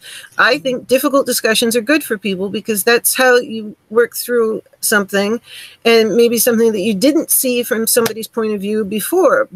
But it has to be respectful, and, you know, you can't be cussing somebody out or, you know, bashing or trashing or gossiping or whatnot. We just don't allow that here, and it's worked out very well. You know, and I'm so proud of Gemma because with all the things that Gemma knows in her education, she has used it for herself to keep her self-control and to still be here. Because some people get, you know, they get the anxiety, they're just like, I don't want to do this, and they just get angry, and then they're mad, and then, you know, and see, people don't realize what they do to people. You know, they go on and they hurt people's feelings, but they're the ones that are, you know, processing this anger about how they were treated. And I'm glad that Gemma, you know, she's released, she's come out, and she's amongst friends. And we're your friends, Gemma. Always. You know? Always. I love my Gem. And Ammo says she sees it a lot on Discord. It's disgusting. Well, Ammo, you know, you're always welcome here, and it is always a friendly and usually family-friendly arena too, unless I have the age up, but that's when we're having adult fun, which will be coming. Family of Four show, good to see you. We're just chatting about things. You haven't been feeling good, poor Heather. Gator Bite, I have had to ban people for flirting with me. Well, I guess that for me would depend on the level of flirting. I don't know. I didn't see it. If it's just a little bit, I would laugh. But to each his own. And I didn't see it. And Alien, good to see you. Ooh, Alien.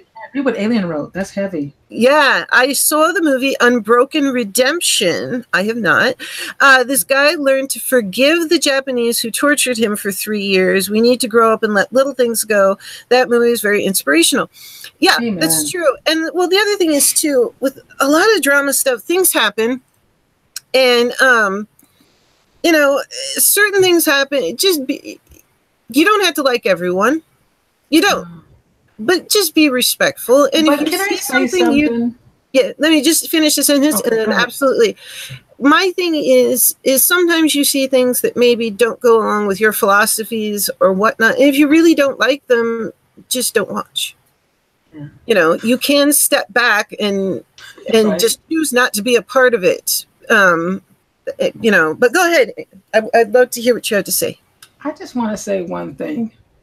They're men, all of them. What's going on with the men? This is true.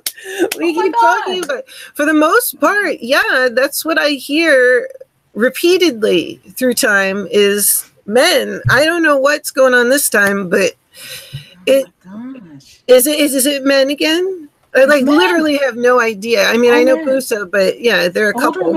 Older men. Well, he fits in that category. Definitely does. So that's interesting. Do you guys notice that as well, ladies? That it's all these men and gentlemen. Well, they're not gentlemen if they're doing that. That's such a nice way to put it. I'm terrible. Gatorbright, yeah, I had this guy make a hate video against me because I stood up for someone he was bullying. Well, he's obviously has an issue. He's already bullying. Alien, we are all not that way. Of course not. There are a lot of you that are wonderful gentlemen. Our guest tonight, David, is a lovely man. Like I said, if he gets a chance, he'll get back on. But we're still doing this in support for him. And if he doesn't come back on, please go back and listen because he did tell the story of what happened. So it's there. It's there. He told a good portion of the story, and we were getting up towards now and the stuff he was going to be telling more, and then we were going to talk about some other things. But yeah, definitely go back and hear the part of the story he did get to tell, and he may get back on, he may not, but we are still here for him and everything else like that. Gemma says, you have me worried about you. Oh, lady, are you feeling better? Oh, thank you, Gem. You are so sweet. A little bit better now. I have, for anybody who doesn't know what Gemma's asking about, Gemma and I talk a lot. I've had problems with my rheumatoid arthritis, probably some of the worst ones in a while. And I was talking to Mama Styles with the pain level, and I have it in every joint from the neck down. Just incredible pain beyond, because I'm in pain every day. But I'm used to it, and I have a pretty high pain tolerance, but it's gotten into the realm of it being very difficult for me to do things in the past couple of days. And that's why Monday I wasn't on. And then Mama Styles pointed out, hello, Florence the hurricane right near you. And I went, oh yeah. And it doesn't happen every hurricane by any means, but I am a bit of a human walking barometer. So when the pressure changes or changes so severely like that, or there's a very sudden twist in weather, it can throw me into a flare. And I will get back to normal and everything else like that. I want to try to make sure my video comes out on time on Friday, but my hair is an absolute disaster. Oh, what? I tried to film one last night because I still wanted my video to come out, and the eye makeup turned out well. My hair looks real funny. It's just. But you know what? You're probably your worst critic. You know, you'll probably think different. Probably true. So I'm going to try to edit it. I also have a BoxyCharm one that I can put up too. But I want to try to save Fridays for the different makeup looks that I do.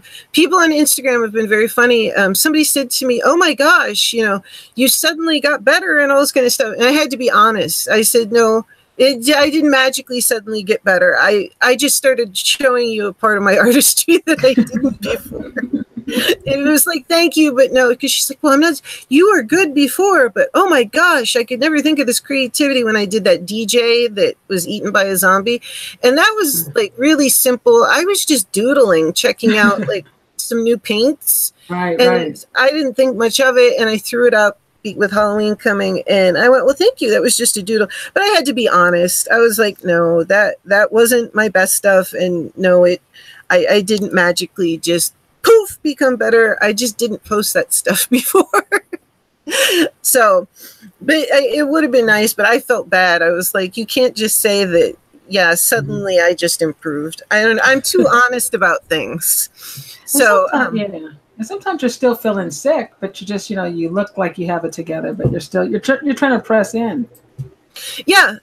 And today I was not feeling well. I took a nap. I was feeling pretty bad, but I really did not want to miss this for David. You know, there's times where you're own issues and your other things have to be put to the side for somebody else. Right. And, you know, this is really huge. You know, he's got a massive thing. My pain will hang in there for a bit. And as I told Angel at the beginning, to stop me from going on tonight, I would have had to been hospitalized because, you know, his family really, really needs the help and he needs the support and everything else like that. So it was just really important that I be here tonight. Alien says, I think it may be that the men find their worth in their jobs. This is very true. I have to agree with this. So they may be overprotective of that. Women are more relationship oriented. That makes sense. Yes and no. I guess to a point. Business. I'm used to doing business and professionally dealing with the big boys and playing along with the big boys and playing hardball and whatnot. But I don't know. But it's true. I guess some women, yeah. And Gemma says, yep, we're all our own critics. Angel's right. Absolutely. Very true. She says, Angel, love you. Strong, incredible women from Gemma. And Gator is also saying, that's true. I judge myself most harshly. I think a lot of people do. Oh, goodness. Did I miss something? Because I see something from Heather and where do I not see this? I see somebody says, oh, my gosh, Heather. And I don't know what she's saying, oh my gosh, too. So I'm here to encourage you, lady, from Gemma. I'm so proud of you. You push through everything. I do my best to do what I can do. But, I think Heather was sick. Yeah, she was saying she's couching out a lung, so she must be coughing. Oh, okay. I knew I was missing one, and I couldn't find it. Okay, good. Thank you. Well, Heather, I hope you're feeling better. But oh wow, and then my screen just decided to really big all of a sudden. Yeah. So, yeah, that is Gemma. We are always here for you. Irregardless of whatever drama is happening or whatever men are slinging whatever at each other. I think you made a good point. Alien hitting on the nose. That makes sense. That they really feel that's their worth is in what they're doing. So if something's not right or they're not doing as well as another man, they may feel, hey, you know, so then they get angry, maybe a little jealous, a little butthurt, and they start acting out. Yeah, because they do. Yeah, they do. You know, I've been in different streams, and they always say little shots, and I know who they're talking about because you've been in those streams, and they kind of will make like a shot against that person. I'm like, are they talking about such and such? And I'll be like, and they'll be like, I'm just kidding, and I'm like, no, you're not. Oh, I don't like when that happens. If you're gonna say something, just say it. Yeah. Oh, Hazel says, I still remember Man Lady. Yes, that was hysterical. For anybody who doesn't know, that was quite a while ago. That was a troll who named themselves Lady. Obviously, I had my own personal troll and came in wanting to know how to get a woman. So we turned around and said, instead of blogging him, I said, all right. It was on Lady Borgia Live way, way back. And I said, okay, let's talk about it then. It's just me. And I guess the troll didn't expect it. And the funniest thing, Razor said, well, number one, you know, give yourself a picture so you don't look like a creepy troll, which was just classic. It was hysterical. Let's see. Who is it? But I filmed a new vlog. Okay, that's and Gabriel says, wow, really? Not sure exactly what this is. Older men, I get those on Twitter. I don't know. I get some DMs on Twitter and I usually just ignore them. Just click. I'm bad at checking my not Twitter, Instagram, I was thinking. Oh, whatever. I have a hard time remembering to check my Instagram direct messages, private messages, whatever you want to call them.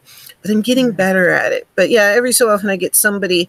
I got some guy on there who he put on his thing. You know how they have the acronyms for things like NWP, and like half of them I don't know, so I had to look it up. And it was basically, you know, like down to hook up, or I don't know what it was. I'm like, that's what it said on his profile, and he had one picture, or no, hit me up, HMU, and and he sent me this thing, and I went, okay, what's HMU? And I looked at it, and I went, no, thank you, I will not be hitting you up, calling you, or doing anything. I'll be good. You have to be careful with online dating, and I'm not saying they're all bad, but I don't know. I'm just I gotta see you in person. It's not for me. Yeah, I tried that. Yeah. I have too, and I will admit, one time I ran away from a date. Are you serious? What? It was terrible. Were you one of those girls that set it up and went into the restaurant and said you're going to wear something totally different, and you're sitting and looking, oh, that must be him, I'm out of here? No, I didn't do that. And even though the guy was kind of a jerk, not to me, but just his attitude, I'll tell what happened. It felt bad afterwards. What did Lady B do? I felt bad. This was a while back. So I went out with this guy and we met at a restaurant, a very nice restaurant, not far from where I live. And oh, thank you, Jem. She says we both look stunning. That's so sweet. Oh, wow. And what was it? We sat down and we had a drink and we were talking and eating, and I don't know, let's just say he was much more positive in his opinions when we were talking on the phone, because I'm not into those things where you just talk via email or text and then you go meet them, because I mean, you don't get to hear a sense of who they are without hearing their voice, you know? So I always insist, if I'm going to meet someone, when I did check that stuff out, of talking to them on the phone for a bit first. You know, It takes me a bit to say, okay, I'll come meet you. And then it's always, I take my own car or whatnot, you know, even if it's somebody that I've met through somebody else. You always want to have your escape plan. I feel bad for this. This guy, I'll put it this way, because I don't remember the exact conversation anymore. This guy was just negative, you know, and he was egotistical and obnoxious about some of the way he was presenting his opinions. And he wasn't putting me down, but I just thought he was an ass. And, you know, it just got annoying. So he said that he had to use the restroom, and I did too. So I went to use the restroom. I came back and he was still in the restroom, and I grabbed my purse and I ran. Oh, and man. This is the thing. We were sitting right at the front windows. It's an adorable town. And I had to run across the street to get to where my car was parked. So if he came back to the table, he would have seen me I had these really pretty black Ralph Lauren leather boots on. And there I am running across the street, and it was kind of snowy, so there was ice, and I accidentally kicked my other boot with the heel. So I was getting punished for running away. Thankfully, the leather guy fixed my boot. But yeah, I just ran across the street, and I didn't look back, because I'm like, oh my God, he can probably see me. I just got to get around that corner to get to my car. So yeah, I ran. Oh my God. I ran away. Are you guys hearing this? Are you guys hearing Lady B? The man's in the bathroom, and she says, I got to go to the bathroom too. I did. And then she comes out and she says, well, he's kind of like an ass. Here's a good time I should just take out. It was just like reflexive. I didn't even really think, and I've never done that before or since. I just grabbed my coat and took off. And then when I was running across the street, I'm like, oh my God, he can see me from our table. So he's just going to see his date, like running in her little, and I had my high heel boots on. And it serves me right. I had to go to the shoemaker and fix it, because they were Ralph Lauren's. They're beautiful boots. But I kicked, you kick one of your heels and kick the other side of your shoe. Oh yeah. My God. So did he call you back? No. No, he did not.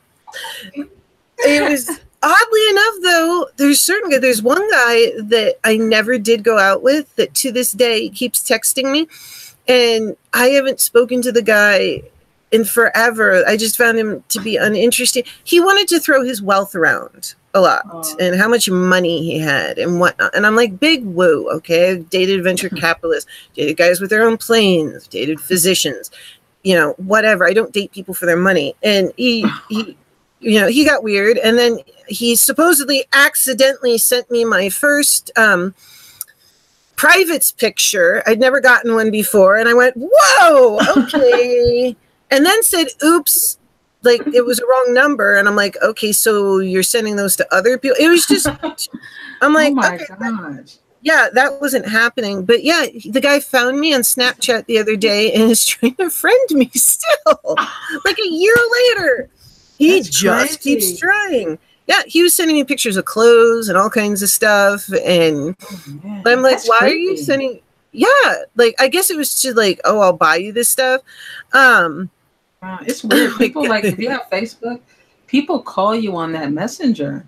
Sometimes my phone will just be ring, and I'll look, and it's like Harem's calling, or Muhammad. I think I have it turned off so they can't do that. What the hell? Yeah, I have it set so it won't come through. Crazy. They have to go through and be accepted first. So Gatorade says, I don't do Instagram DMs. Some girl was bashing me for not subscribing to her channel. That's weird. Let's see. Gem's writing poetry. You're both looking stunning. Thank you so much. Hazel says, I got a cute young boy and told him, excuse me, I am married. And the answer was, okay, I am not jealous. It's okay. Oh, this is, oh my goodness. I even told him I could be your, yeah, they are these young guys, like super young. Hazel says, I even told him I could be your mom, and his answer, you are not. There's a lot of guys who like ladies who are older than them now, because there's like an 18-year-old boy who's trying to, I'm like, are you serious? Come on. Really? Yeah, they're serious. They are serious. We couldn't even go out and have a glass of wine together. Not that I'm much of a, I think the last time I had something to drink was probably, I don't know, whenever my brother was around. Every time like he opens up a beer and he drinks the good beers, without even thinking, we never talk about, he always just hands me the bottle or the glass to try some. Right. And so, but I think the last time I went out for drinks with a friend was, oh my God, last September. Oh man. Because I'm not a big drinker. That's good. Yeah, well, it's not so good with my medication and stuff like that. I can have one here and there, and I like them, but I'm just not a big drinker. Gator says, I've had older men hit on me, and it didn't bother me that they were older. My boyfriend's older than me, but it bothered me they were hitting on me. I don't mind if somebody hits on me, but, you know, as long as they take the hint, like, okay, enough now. Yeah. Stop. Be respectful about it. If you're not interested, then just, okay, you know. Yeah, there's a guy from Italy who regularly sends me DMs of how much I love you. I love you, Lady Borgia. Aww. He doesn't say anything rude. He's just, I love you. You're so pretty. And I thank you. So I never blocked him because he's a gentleman about it. Yeah, so, and he should be a compliment. You know, he's saying he appreciates your beauty. Yeah, he's and it's been a long time. Like, we don't have a conversation. Nothing. He just periodically tells me how much he loves me and how pretty and whatnot. And I don't have the heart to block him. I mean, he's not doing anything mean. So I just say thank you or hit the little heart sign. And okay. Jem says, Lady B, I've written a poem especially about you. Wow. You are such a sweetheart. That one poem that you wrote, I still want to put, I'm saving. I have that spot. It's empty. And Family Show of Four says, I remember one of my dates a long time ago, his zipper was down. So, did you run away, Heather? I want to see somebody else who ran away like me. I know Angel can see me like trotting across the street. I can see him seeing you going, oh my God, no, she didn't. And here you are flying across the street. He saw you. I know. I thought of it as I'm going across the causeway because, you know, we're right in the front window. That's where our table was. Beautiful view. It's a lovely town. And tons of good restaurants and shopping and boutiques like that. Man. But yeah, I ran away. It was horrible. I still feel guilty about that. Yeah, that has to be bad because you couldn't even handle the rest of the date. It was just like, you know what? I got to go. Yeah. I think Heather was saying she doesn't like when people are negative. He was just like so negative, and then draining. One of those people that like I can't even remember what we were talking about now, honestly, but it was one of those people where he gives his opinion, and everybody knows I love hearing opinions. I love discussions. Right. We all know that, whether they're happy, serious, whatnot. I just think it's cool. But it was like no room for other people's opinions. That kind of condescending, but not towards me, just kind of a general, condescend, like I think I'm like he's better. Yeah, and his opinions were honestly asinine. So it's hard, it's hard, trying to get to know somebody like that, because they're so full of themselves. Yes, he was, and he didn't act that way on the phone. So it was like, oh, then you know your behavior isn't good. Like, you're aware that your behavior sucks, because if you knew to behave to get me to go out with you, but then like now we're here. Oh, I got her here. We're gonna let it rip. And I'm like, you know what it could be too? It could be, you know, they talked to you on the phone, and when he saw you, he saw the beauty, and he probably thought, oh, I want to impress her. So he probably was acting obnoxious, thinking you'd be turned on, because there's some stupid women that like the money, they like all that glam. yes, He just wrong girl. You know, I'm not buying into that. You know? Yeah, I'm the worst one to do that with, because I've dated lots of men that are very wealthy. I came from a very affluent family, you know. So to me, it's, oh, the worst thing is people who name drop. That's just obnoxious. I actually had somebody do that for this show. The first thing they did was start name dropping about the people they'd interviewed. And I'm going, that's not what this show's about. Yeah. Sorry, that's not what this show is about. If you happen to do that and you happen to talk about it, that's fine. But don't start out doing that. I don't think it's very tasteful to start out with, you know, hey, I did this. Okay, well, those are just people. Right, they're just people that you happen to know their name. That's all famous people are, you know. But I grew up in Santa Barbara around a lot of famous people, so it's not a big deal to me. But yeah, I think guys do that to impress, and that's not impressive. Ew. Oh, I don't know if any of you gotten any of this one, but the guys that think it's a turn on, and I don't know why they do this, and I had never been exposed to this until online dating, but the ones that they won't say it to your face, but they wait until you've gone out a couple times, and then via text, they start asking weird questions like, where's the craziest place you've ever had sex? Yeah. What's up with that? They all do. You know, most men do that kind of stuff. They start asking crazy questions. I don't like that. That immediately it's a turn off. And I know. That's so private. Yeah, and if you don't have the balls to say it face to face, and you're like doing it by text, it's just, I don't like that. You know what I like? I like when you go out on a date. This is the difference. You'll have one guy will call you at weird hours like midnight, 11 o'clock, right? Then they want to ask those stupid questions you're talking about. Then you get those guys that you go out with, and they call you and they're like, hey, are you okay? Did you get home safe? Call me to make sure you got in. Those type of guys I like. That they care. Yes, they care. If they don't, at least they're acting like they do. You know what I'm saying? Or how was your day? Just, you know, they care. They listen. WrestleMania, did you see what Jamie put? Oh, I do that all the time, Lady Borgia. That's how I got married. I can hear Jamie saying that. I think you're serious. Heather's talking about perverts. They are, because she said, but I didn't even get them late at night, Angel. They would tell me like normal hours. That one guy did it, and he's like, well, my craziest place was on a ski lift. And I went, ew. Number one, I don't know how that worked out. And what if you fell? That's just, oh my gosh. Parts could get broken. There could be damage that's irreparable. That's nasty. And who gets that chair after you? That's what I was thinking. Oh, that's nasty. And under all those snow pants and stuff, I don't know how that works. I didn't want to know that though. And then you're I mean, a ski lift, you're out in front of everyone. That's not what I want to see if I go skiing. And you know, that scarred me. I was lurking in somebody's chat the other day, and at first it was really cool. It was just one guy in there. He didn't have a whole lot of supporters. And I said, well, I'm going to listen to this guy. I've never heard him. Right. And the title said, what it was about, what do women want, or something about what women want or what do they like or something. And then he said, would a couple of women like to get on the panel? And I was like, oh, I wish I could, but I was at work, so I couldn't. So I was just listening. So this girl goes, I'll get on the panel. And then this guy goes, I'll come on the panel. I'm thinking, oh, this is going to be great. They had like 3 guys up there, a couple of girls. And the guys were crazy. This guy was actually telling the women he doesn't want to, spend any money on the women unless they give him sex. And I'm thinking, are you serious? Wow. Yeah. And I'm listening to this nonsense. And these are grown people. And the lady was so blown away, like, what? She was like, I'm married, first of all. She goes, my husband was never like that when we dated. But this guy was saying, this guy was going off on, I'm sick of spending all this money and I'm not getting any. And none of my boyfriends were ever like that. God. And he was serious. I've had a couple serious relationships, and you know, none of them behave that way.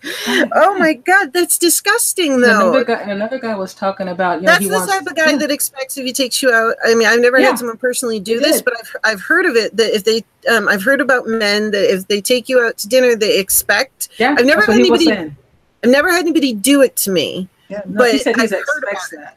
He was saying he expects women to sleep with him. Why should I spend my money? And you know what I was saying? I'm so glad I didn't get on that panel. Could you imagine me sitting up there like, what the heck did I get myself into?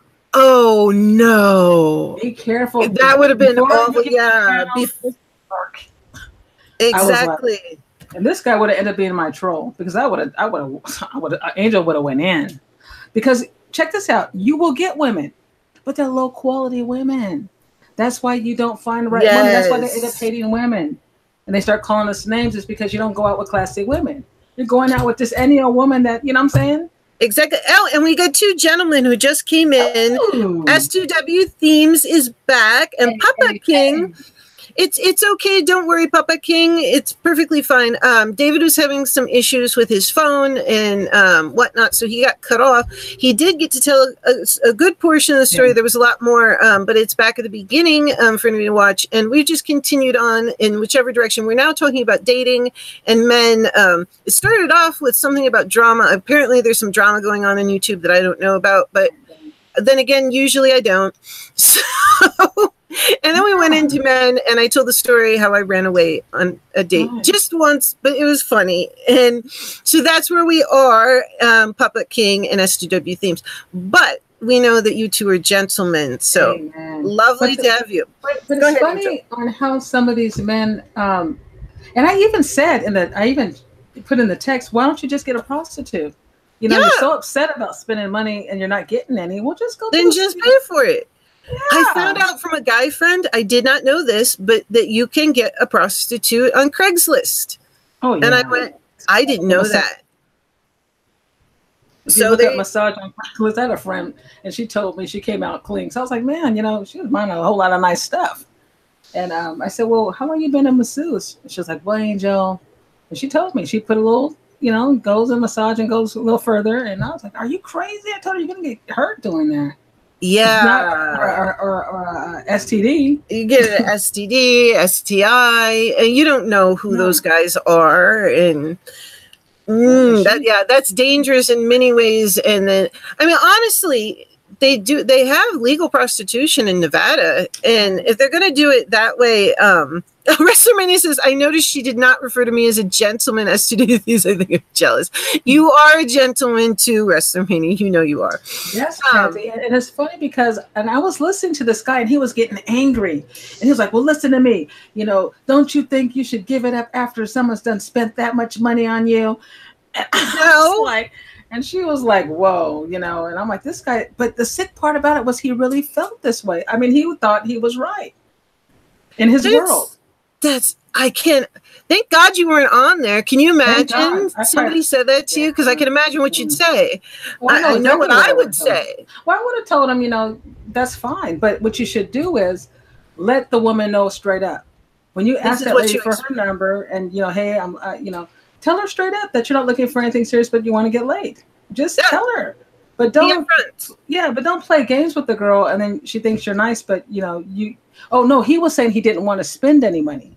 He just wanted to have the sex. Why should then he said he'll spend money after. That's what he was telling the girl. Let me have sex first. Why should I spend all my money and I'm not going to get anything? So he was saying he wanted to have who sex. Says the lady's going to get anything by having sex with you? Well, you think you're so amazing. Maybe you're not getting sex because you're not. And I was like, oh my God. And the guy was a ladies will go to you if they like you, but obviously you're doing something wrong if the ladies aren't going. You know, he was really angry. He thought that, you know, I guess he thinks women are taking advantage of him, you know, because they're going out, but he's not getting anything. So he says he'd rather just get it and then he'll pay, you know, after. Yeah, see, that's cool. That's I love Alien says. Yeah, exactly. He says, Alien says, today with the climate is not safe to go near women. Oh, it is, but it's just, I agree with Angel. If you want just a purely sexual relationship or something else like that, then say it. I don't have anything against that. It's not my thing, but just like Hazel's little young man. She told the cutie pie, look, honey, he liked Hazel. He thought she was an attractive woman. And Hazel said, you know what, man, I'm married. And he said, that's fine. I don't get jealous. Basically, he said, I just want to sleep with you. Yeah, that's what he was saying. Some people, that's what they want, and I have no judgment against that. If you want to do that and you're an adult, that's fine. You have to tell people up front. Hazel says, I found my prince. I've been in my castle for 30 years, happily ever after. Oh, that's Hazel, sweet. It's horrible out here. I'm so happy for you. It's really, me being single and the type of men I've been meeting lately, oh my gosh. Oh, I'm so happy for married people. I'm trying to keep marriages together. That's my goal. Nobody's divorced. If you just have problems with little stuff, it'll be fine. Stay right there. You can work it out. And in most marriages, they do have ups and downs and whatnot. I think marriage is lovely. I haven't had time to date anybody lately. I've been so busy. I don't know when I would do it. I get like that though. I'll go through a phase and then I just get so busy with what I'm doing and what I'm interested in. Right. And then in between, especially if I'm not feeling well, I mean, I don't know where there would be time to fit someone. But I'll fit someone eventually again, and then back and forth. But WrestleMania, I love it. STD, SDR, alphabet soup in the worst way. Yuck. Yeah. Yeah, exactly. And yes, S2W theme says, WrestleMania, you are one of us gents. Yes, you guys are gentlemen. Scary out there, S2W themes. Thank God you have a nice lady. Oh my gosh. Yeah, he is Eve. She's gorgeous, and she's such a sweetheart. I remember one time we were doing something, and they got a bit stressful. There's, trying to run around, get everything organized and whatnot, and, coordinate everybody and this and that and the other thing. And Eve was so sweet. She hasn't even met me yet. I will meet her. Like he said, we don't live far from each other, and we've got some projects we're doing. But she sent a video. She made a little video for me and had Enzo sent it to me by text to my phone. And it was just the sweetest thing. She was so supportive. She was so kind. I still have it on my phone, I think. Wow. I don't think I ever erased it. She's so nice. She hadn't even met me. And it was just so nice. Because, I mean, some ladies can get jealous if their mates are working with a female. And obviously with Enzo and I, it's not that way at all. He's my friend. But it's not like that. Yeah, but sometimes just a beautiful woman. You know what I'm saying? They may feel like, And she's lovely, very confident, she's not worried. She knows, who's hers and whatnot. And I'm one of those ladies, I would never go after somebody who's with somebody that I don't like that because, it just, that's not good. It's never like that. Even if I met somebody and I would meet men that were separated. And I'm like, you're married. You are married. Yeah, I don't. Some men, though, say that ladies, and I actually, one of my guy friends said that he got hit on the most when he had a girlfriend or was married. That ladies found him more attractive. That's horrible. And I'm like, what? Because some other woman finds you attractive, now you're more attractive. And he said, really, every single time. And then he was finally married. And he said, yeah, it's the worst when I'm in a relationship. He goes, where the hell are those ladies when I'm single? And I said, is that something? Yeah, I said, you don't want those, though. You don't want somebody that only wants you because somebody else. WrestleMania, let's see. Oh, Gator, but you're welcome. It's rare but nice to find a stable and happy relationship. I've had a few very good ones. And then WrestleMania, he says, haha, sex before paying for dinner. Oh, yeah. He thinks it's like taking a car out for a test drive before you buy it. Not exactly the same thing. Yeah, we're not cars. And he was adamant about it. Oh my God, I want to slap him. And I even asked, would you want that for your daughter? Really, guy? Exactly. Yeah, you got to think. When guys like that, and that's a very good point, you want your daughter treated that way? Of course not. He knows he's wrong, but in his mind, he's thinking, because, when you have that low mentality, you're going to get that. So he might be getting he might get these type of women, but they're not serious. They're probably not even clean. I hate to say it. And he doesn't sound very clean either. So you get what you get. So when he sees somebody like you, Lady B, or one of these nice ladies here, he's angry because he wants to get them like he's getting that lower class woman, and he can't. So he wants to call them all kind of HOEs and everything else. But if you want a nice lady, you know, you're going to have to treat them like, you know, you have to be a gentleman. Yeah, well, some guys get angry if you don't like them back. I actually had a guy friend that after years and years and years of being friends, I guess he decided he liked me or whatnot or this, that. And when I didn't respond in kind, he got like pretty nice and did, you know, some not very nice things towards me. And I'm like, what? I can't force myself to like you. What do you want? I mean, Jesus. He turned into a troll. He did. After I'm like, wait, we've been friends for eons, and now that I'm not interested, I mean, he's going through a divorce, but you know, I'm like, okay, I've done everything I can to help you, but you know, hello here. That is so funny. Weird. Gatorade says, I want to slap this dude for being rude, and Papa King says, my first girlfriend was bad. A lot of people call their names like SLUT, HWORE. No, HW. Hello, can I read? The B word, because of the way she was always believed that going out with a guy included having sex. I was lucky to get out of the relationship. I did. Goodness, it didn't last a full month. Oh, poor Papa King was getting molested. See, that's the type of women some women are. And then when these guys, you know, lower class guys, you know, they expect that from one of us, and it's not going to happen. So they start hating on women, you know, because they want to get easy. Because, you know, some women, they do have low self-esteem. They feel, some, you know, some do, and they take advantage of that. Yeah, Hazel says, I don't like rude men or pushy ones. Yeah, see, that's the biggest thing that would put me off, is a guy coming from that or being pushy. Yeah, me too. Or you start talking about sex right away. Like, I had one guy, what was it? We were talking along, it was lovely, we went out, great. You know, had a really great time. And then he has to go and text me, do you like porn? What the hell? Seriously? Really? After the date? Yeah. The next day. Like, I got home, he checked on it. It was lovely. This is, you know, professional. You know. Oh, man. Who are these guys? He was a doctor. Like, these are educated men, but yeah, he was a doctor. And the next day, I never got asked that. And I went, holy, all of a sudden, you know, normal conversation. He says hello, whatnot the next day. And he checked on me when I got in. And then the next day we're talking on, you know, text a little bit. And then out of the blue, do you like porn? And I'm looking at my phone. What the hell? You gotta be flipping kidding me. Is this the same guy I met yesterday? Seriously. I'm like, so it's so weird, because some of them I realized with, you know, the advent of like being able to text, they like have their like texting personality and then their in real life personality. So I just didn't answer it. And he comes back like 6 hours later. He's like, I guess not. That is so funny. But you're right.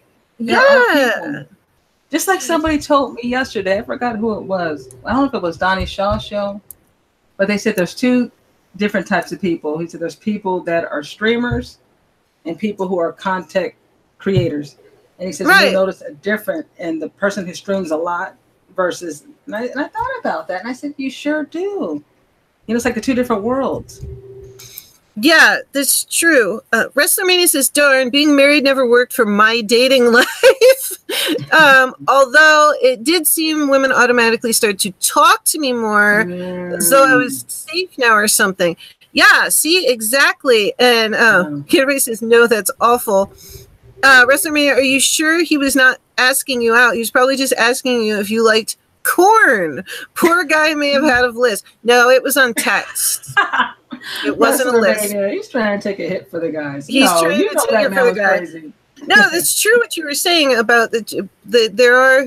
I've noticed that there are certain channels now that are just streaming channels, and then but check out that personality versus people like S2W things. Like he'll put his videos up, and you'll see him in a different light, but they're different animals, a different type of people. I like to do a balance between the two. And S2W, he does both, but I don't like to just do live streams. Yeah, so you'd see another different. So that's three different personalities. You have your streamers, Your content creators, and then your streamers and content creators. Yeah, like us. Yeah.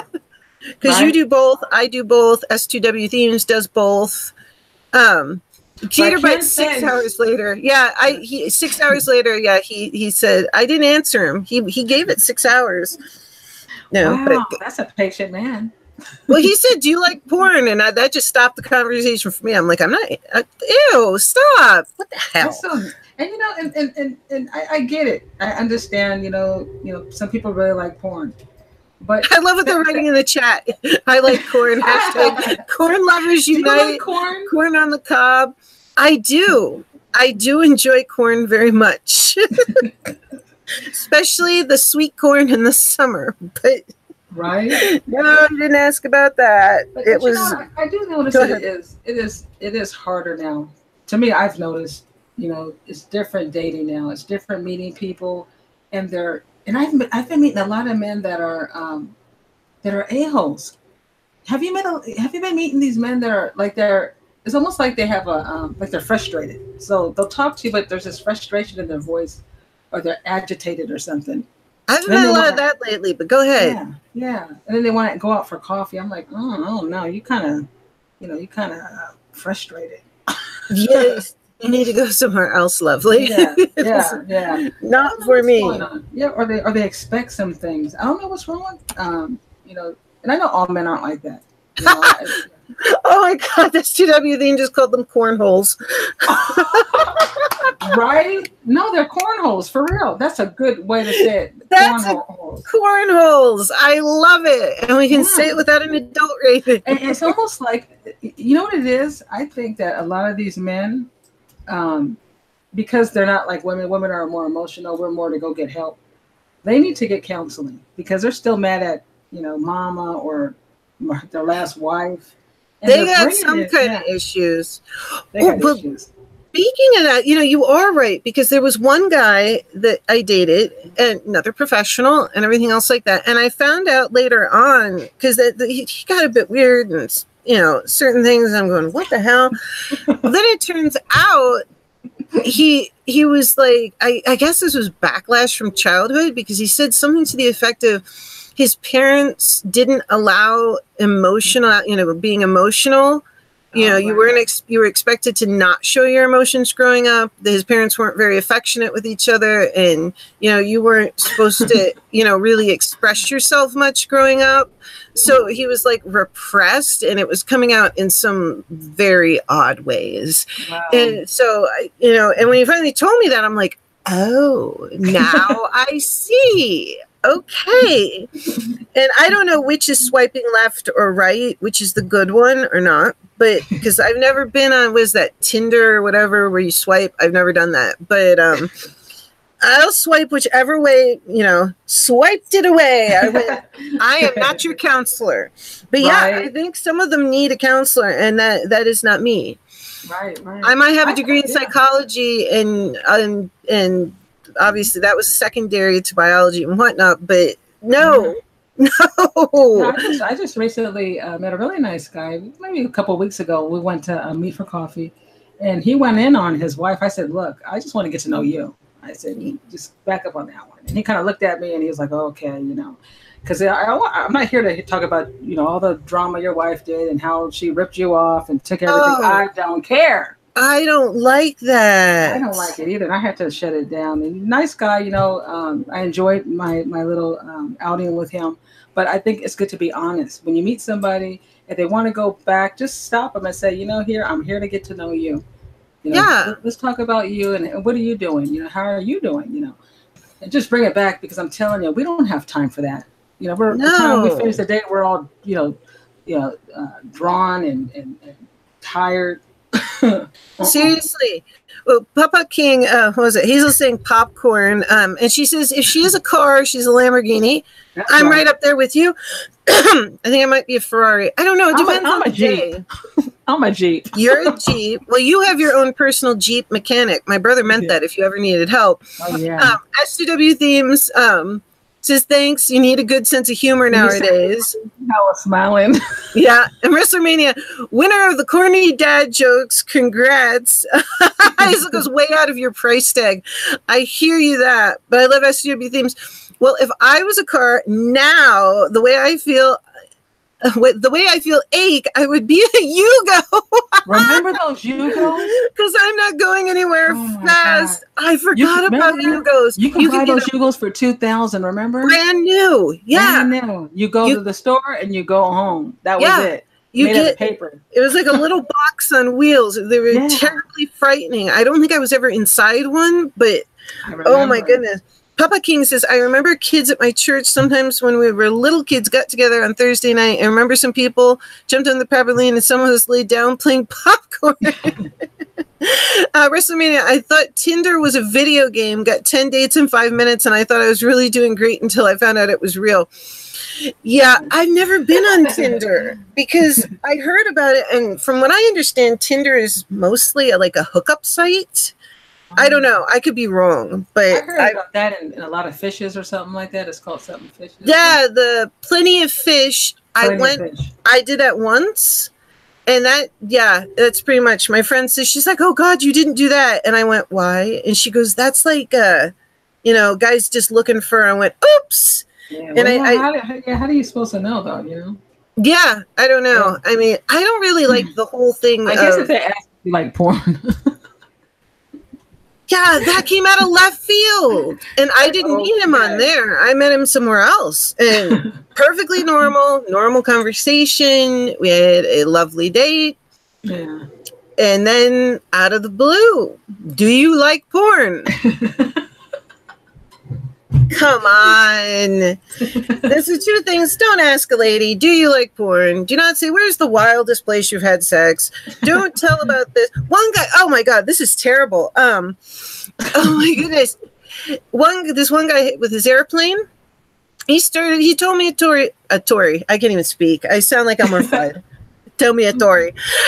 He was telling me this because it was horrible. I did not want to hear about this. So we go out in his plane, lovely, and I got to fly that one too.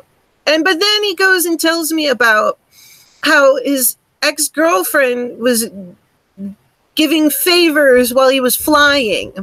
Oh, wow. And how he could not complete the task, we shall put it that way, because he was nervous about not paying attention to the plane. And I'm like, are you serious? Number one, I didn't want to know about that. I was just sitting in that plane. Number two, you're flying up there doing that? Yeah. Oh my gosh. And this guy had like a commercial license and everything. It was like, that's frightening. Very frightening that that's what people are doing in the air. And SW themes, I'm allergic to seafood, so Plenty of Fish don't work for me. Oh Lord, I don't know what that means. And then he goes on to say that because he would give people could pay to go up and like, I guess, get like married in the air and stuff. He did that as like a side thing. And but I think he was an attorney or a venture capitalist. I don't remember anymore. But he talked about there was a couple that the lady gave the guy, a favor. She went downstairs while he was sitting there, and I went, ew, like right there in the plane. And like, he probably thought, well, maybe she'll, somebody, man, it's crazy. These ladies, just right there with him sitting right there, and they just went, no curtain, no nothing. Man, I don't know how this was supposed to impress me. If you are married, hold on to your good husbands and wives, because I'm telling you, the grass ain't always greener on the other side with these knuckleheads. No, and they don't tell you at first, at least the ones I've done. It's kind of like they know. Well, yeah, I don't think she'll like it so much if I do this, but then they get in there and then they start telling you, and I'm like, oh, bye-bye. Yeah, that's why you gotta be careful. That's like, because I could play around a lot, but when I'm meeting somebody, I'm not really flirtatious. I don't really come off like that. So they think I'm their counselor. They want to talk to me about their wife, and I'm like, wait a minute, Yeah, it's always lovely when you get to hear about the ex-wife right away, and she's crazy, and I mean, right away if they're disrespectful about their ex-wife or their ex, that they'll be disrespectful to you. Right. Come on, I'll be his next story. Right. Yeah, exactly. WrestleMania says, didn't they used to call that the Mile High Club? Not a joke this time. Yeah, that's what it's called. Mile High. Oh. I don't know if that counts as the Mile High Club because they didn't do the full act. They did the abbreviated "She Went Downstairs" act. As I will put it, and you guys can figure that out. Stu, time is too precious, so you can't waste time with these fools. I think he's from my same tribe. Yeah. I love the STW things. I'm the same way. That's why when I meet people, I don't get so caught up. You know, I'm just like I am here. I'm like, okay, I don't think this is going to work, or you know, I'll just tell them straight up. I don't want to hear about that. You know, I'm here to get to know you, and they get it. But yeah, exactly. I do the same thing. I don't have time. I'm like, look, I took time out of my schedule to meet you here. I don't want to be, you know, hearing you bash this woman that I don't even know. She might have been a great woman for all I know, because you know they lie. Well, yeah. Oh, I love WrestleMania, the Half Mile High Club. Yeah, man, right. That would probably be the half mile. I can't imagine though somebody doing that with the guy sitting right there, like just within like 10 feet. You know, if you think, because that plane wasn't one of the bigger ones. Oh my gosh, no. But yeah, it's like cut it out quick. That's why that porn question, I didn't even answer it. I was like, okay, and check that box, done. And it's such a downer because it might have been somebody that you might have really said, hey, maybe we can do another date, and then they just come out. They ruin it. Yeah, because it was a good date. We got along very well and had a lot in common, but no. Yeah, no. And if you want, God knows what you're going to ask me next. Right, and sometimes this is a you know, a tactic that they use to get to the next step. You know, and if you want to you know, get intimate with somebody, you gotta just go with it. You know, you can't force it, or you can't be, you know, perverted. It's just not gonna not with a classy lady. It's not gonna work. No, and this is the thing I don't understand. Why would you want to push a lady into that? Like, why would you really want to do that with someone that doesn't really want to do that with you? I would think that wouldn't be particularly pleasant. Like, oh, she's just kind of doing this to shut me up. I mean, that doesn't sound very nice. That you have to talk somebody into it. It's supposed to be a mutually nice thing. Or hey, I spent $150 on you. Come on, Lady B, it's time for us to get down to this. Yeah, it's not a business transaction, guys. Sorry. I do business, but not that way. Well, that's why I think, you know, they have that bunny ranch in Nevada, and they make all the girls go to the doctor. Yeah, I don't know why they call it the bunny ranch, but no bunnies there. SGW themes, what happened to great conversation? Oh, yeah, true. What great conversation will actually get you into the bedroom faster than being a perv. And if you are intellectual, if you have something to talk about, and I could talk to you for a couple of hours, and we just go somewhere and we say, oh man, it's been 5 hours. That's a good sign. Yes. I love men like that. You could just have a good conversation. Yep. Yeah. That will get you much farther than all of the ridiculous things. See, sending me pictures of guy. Exactly. He's quality. I tell you, I had a guy sending me pictures of shoes and outfits, and I guess it was supposed to allude to he would be buying me these things, which I just thought it was weird. Like, why are you sending me pictures of women's clothes and shoes, like, and very expensive ones? And I went, yeah, I like Stuart Weitzman. I have quite a few. They're not cheap by far. But why are you sending me ladies' footwear and outfits? That's weird.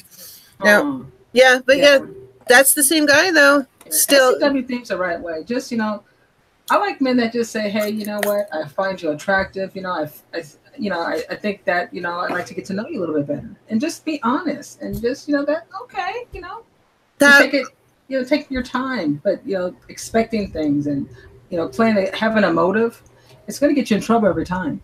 Well, exactly. Haterbyte says, that's how it was for Ivan and I. It started with conversation. And S2W themes, I know time flies, but there's nothing more thrilling than slowing down to appreciate one another. Right. Yeah, exactly. Yeah. Oh, Hazel says, I know that place is the Mustang Ranch. Okay, I got it messed up. The Mustang Ranch, because I call it Bunny Ranch. I don't know why I called it the Bunny Ranch. The Mustang Ranch. The Mustang Ranch. You know what? Honestly, they might as well just have places like that, because prostitution is going to go on whether it's legal or not. It's going to go on. And if they did it in a way that was safer for the ladies, So they're protected. And then the ladies, I know they have to go to doctor like once a week, and they have to use condoms, and there's all kinds of things in place, I guess, to make it somewhat safer. Right. You know, if it's going to happen, I think it's much better off to do it that way and make it legal, so it's safer for all people around. And if that's what they want to do, they're adults. They could do that. They're adults. You know, obviously, I wouldn't think it's something underage. It'd not be a profession that I would ever do. It's just not for me. But if it's all grown-ups, it just would probably be better for everyone if they just do that. And then these men can go and, you know, because I saw some video that was just horrible on, it was either HBO or Showtime or something. They did a documentary called something, it was something called The Point. And it was this area where prostitutes would go. I think it was, I don't know, it was in New York. It doesn't matter. But yeah, they would go and they're walking the streets at night and all this kind of stuff. It was very dangerous. Yeah. And then, you know, some of them did have diseases and all kinds of stuff. So, you know, then you get rid of these guys who are just like, you know, well, I'm going to buy you dinner. You must do. And no, that's crazy. I don't even. Yeah. How do I have a problem? I don't have a problem. I don't have a problem paying for my own meal. You know, I don't have a problem. But here it is. If you ask me out, you are going to pay for it. Yeah. Okay. Don't I agree. Because I can have a pocket full of money on my date in case I have to do like Lady B and run across the street. I can't believe it. I'll be fine. You know, he might be doing dishes, but if you ask me out, don't even think for a minute. I'm not even gonna pay a tip.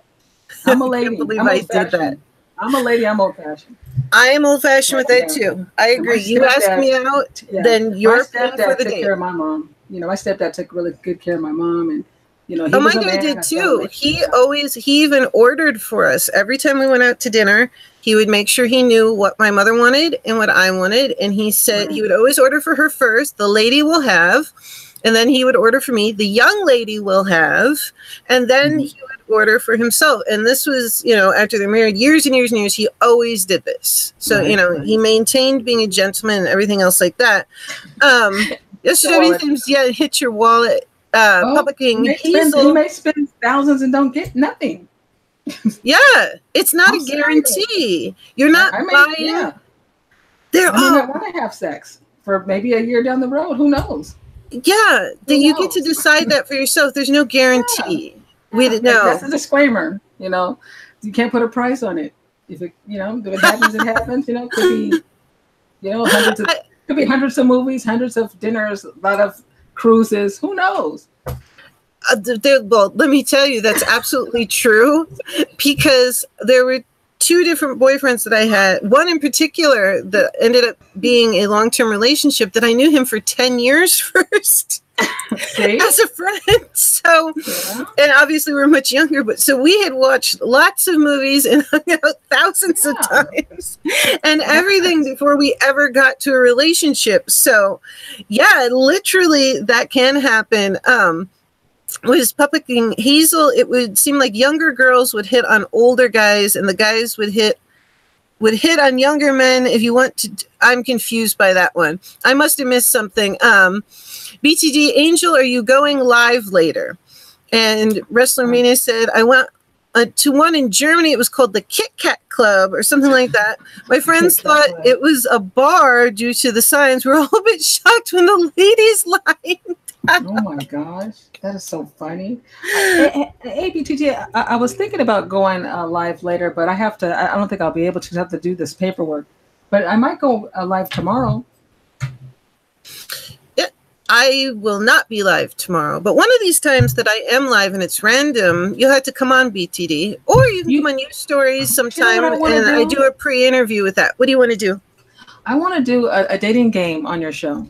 That would be fun. Yeah, it'll be fun. It'll be like 3 men and 1 woman, or 1 man and 3 women, and they'll ask questions and they'll tell who they would have picked. You know. That's yes. I love that idea. You have to find the people that would really, you know, and it would be all in fun. Yeah. And you know, you would ask questions like, well, why would she want to go out with you? And you would say, well, because I'm this and that. And I think it would be very entertaining. It would be interesting to see who likes what and what you know. But at the end of the day, everybody wins. It would just be who would this person pick. That's a great idea. Yes, we're absolutely going to do that. I think BTD would be perfect. I think he's single. He's nice looking. He would be good. BTD, would you do our dating game? We'll find 3 women. And you don't have to date them. It's just going to be just fun. Like, who would you had picked? If. Yeah. Hazel thinks that's awesome, too. Yeah, Angel and I like coming up with ideas to do interesting things. She's always fun because you always, either one of us comes up with it and both of us will do it. WrestleMania dating game. Music. I used to love that show. Oh, WrestleMania says, who is bringing the corn? Well, that's hashtag bring the corn. That will be one of the questions. Do you like corn? Do you like corn? Well, now are you a frequent flyer? Well, I always said that my channel was for all the hashtags, and I hashtag no hashtag. Now we got a hashtag. Do you like corn? Oh my gosh. Yeah, we definitely have to do that. I'll start keeping an eye out for people to put on. That would be so much fun. Yes. What BTD would be like, I like that. Yeah. Get some good questions, you know. I mean, we're not actually sending y'all out on dates. It's just for good fun. Yeah, just for fun, you know. And then we're learning. We can learn different personalities, you know, what to do on a date, what not to do on a date, what turns you on a date. That would be cool. Papa King, welcome to the all-new dating game with your host, Lady Portia. Yeah, most definitely. I would do that. We definitely have to do that. That would when be I get so over much here, fun. I'm going to get me some corn tonight. I'm going to be having me a little corn tonight with my chicken. And the S2W, he wants corn pops. Who knew with this story? Will they be corn? I'm gonna have to put that on my next thing. Hashtag corn. It wouldn't make very much sense. Hazel, we can have a dating game. You know, the questions and answers. You know, bachelor number 1, 2, and 3. That would be so much fun. And you'd be perfect for that. To ask each contestant. You know, Lady B would be perfect to do the whole to handle it. Have you ever ran away from a date? Right. Oh my God, I still can't believe I did that. It's the only time I ever did that. That's so funny though. But I could see you and I could see him going, looking out the window like, oh my God. All of a sudden, it was just like, oh my gosh, he's not back at the table. Quick, grab your coat and run. I've never done anything like that in my life. I did really feel bad. To this day, I feel bad, but it's funny. Oh my goodness. Yeah, we had to, Lady Portia can participate too. I'll be the host. Well, we didn't hear back from BTD, so I don't think BTD wants to be bothered. I don't know if BTD's down for that. We need another handsome bachelor. We'll find him. Yeah, we'll find some bachelors and some ladies, and guys, keep an eye out so we can do this, because now I really want to do this. This sounds like a lot of fun. Yeah, it'd be so good. Women. Let's see. We have the 3 gents be behind a dark curtain so Angel can't see them. Oh, you want to put Angel on the dating game? No, not me. We're gonna find somebody that. You know. Yeah, we're gonna host it. We're gonna but we're not gonna do that. We're not gonna be the people. Yeah, we don't want to. I might run away. I'll be like, especially if they're fine, I will be like, I can't talk. Oh, my mic went out. Oh dear, I can't hear you. Yeah, blindfold Angel. Oh my God. Oh, that's so funny. But you know what? They don't really have to be, you know, really good looking. You know what I'm saying? I mean, no. You know, I'm not like that. Like, oh, he has to be. No, as long as he's a good guy. You know, he loves himself. Yes, that's important, because I can't stand somebody who's negative, and I can't stand jealousy. Jealousy drives me nuts, because I have male friends, and I've always had male friends, and I've never cheated on anybody in my life. Good for you. If I say I am, you know, if I agree to being in a committed relationship where we are exclusive, that is that. And in fact, it was the guy who was my first love, and we almost got married. When he was friends with me for a while, and he was 4 or 5 years older. And we met when I was maybe 16. And then I got a little bit older. And then he finally confessed that, you know, he really liked me and whatnot. And I was dating someone. And I was actually going to break up with him after the weekend because I was having a party at my house. My parents were out of town. But it was all good. It wasn't anything horrible. We didn't wreck the house. It wasn't that kind of party. But anyway, he said to me, we went for a walk, and he said to me, there was the shooting star and everything. It was very romantic. Aww. And he said, I wish I could kiss you. And I said, I can't. And he goes, but why not? You don't like me. And I said, I didn't say that, but I'm still dating so-and-so. He goes, nice. But you're going to break up with him after the weekend. Because I didn't want to break up with him right before a party because we had a lot of common friends. SCW themes, and he must love corn. You guys in the corn, I love it. So I said to him, I said, you have to wait because still I'm technically dating him. And we're only, this guy was like, maybe I dated him for maybe 3 months, but still I didn't think it was fair, even though I was going to break up with him, to kiss somebody else when I had a boyfriend. And my mother was very proud of me. She said, you weren't even 18 years old yet and you had that. And I said, well, I just think it's wrong. Yeah, that's right. Because you don't have to commit to somebody. You can, I don't know whatever happened to just like dating where people, you know, date different people. Because people are very fast nowadays. You go on a date or two and they're like, okay, we're exclusive. Yeah, you have to know. That's too. I don't even know you yet. Yeah, that's scary to, that can scare people off. Yeah, WrestleMania says dating an angel might be a great marketing tool. Put her in a corn outfit and you will be golden. That would be funny. Well, now we know Angel's costume for the adult costume part. I'm porn. I mean, I'm corn. We're going to turn Angel into corn cup. I think I'd be too shy for the dating game. I'd be too shy. Yeah, I think we're better off hosting it. Yeah. We should host it. We'll find the people. Don't put it past us. We will. We will find them. That would be so fun. Maybe when we have time, maybe we'll even put out a little campaign for it. Hey, if you're interested in the new show coming up, maybe around the holidays or the new year, we'll do something like that. Oh, you know what I wanted to do with the holidays? I think I brought this up, but I think you were working when I brought it up before. And people who are interested, tell me.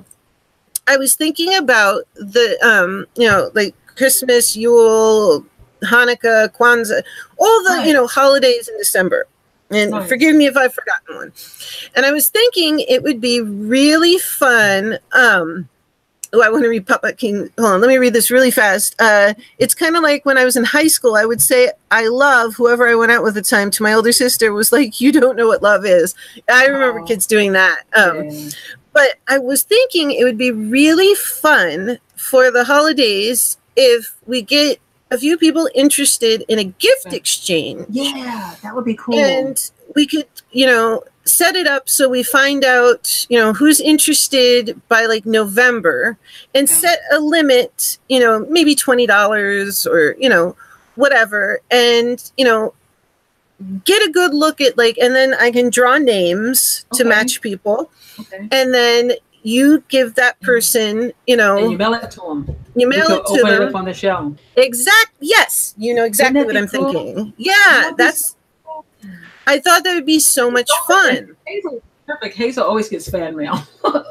This girl gets so much fan mail. I said, what? I just finally got my first fan mail. So Hazel, you got to be in the drawing. That would be great. That would be, you definitely have to. I need to get a P.O. box because in fact, I asked my mother, she's always at the post office or picking things up from the post office because of her business. And she brought home the paperwork because I said, I've got to get a P.O. box. I can't have anybody mail me. I mean, you have, but that's different. I'm not putting my own address out for the whole world. I thought about that. Yeah, Hazel knows my address. A few of you guys do, but I'm thinking, the long run, who knows? Exactly. I mean, you know mine. I think you're the only one that knows. Well, and Enzo knows not my exact address, but he knows where I live. But past that, so I thought that would be really fun. I'm going to get my post office box and everything else like that. And then we get people, go on air, and, people are genuinely interested in getting something thoughtful. Wouldn't that be fun? We could open it up right there and see what's in it. That would be so cool. And then then you can guess. You know, you don't know what they really like, but you could try to figure out if they like that. Exactly. Yeah, you can look at their channel. Enzo? Would that be fun, Enzo?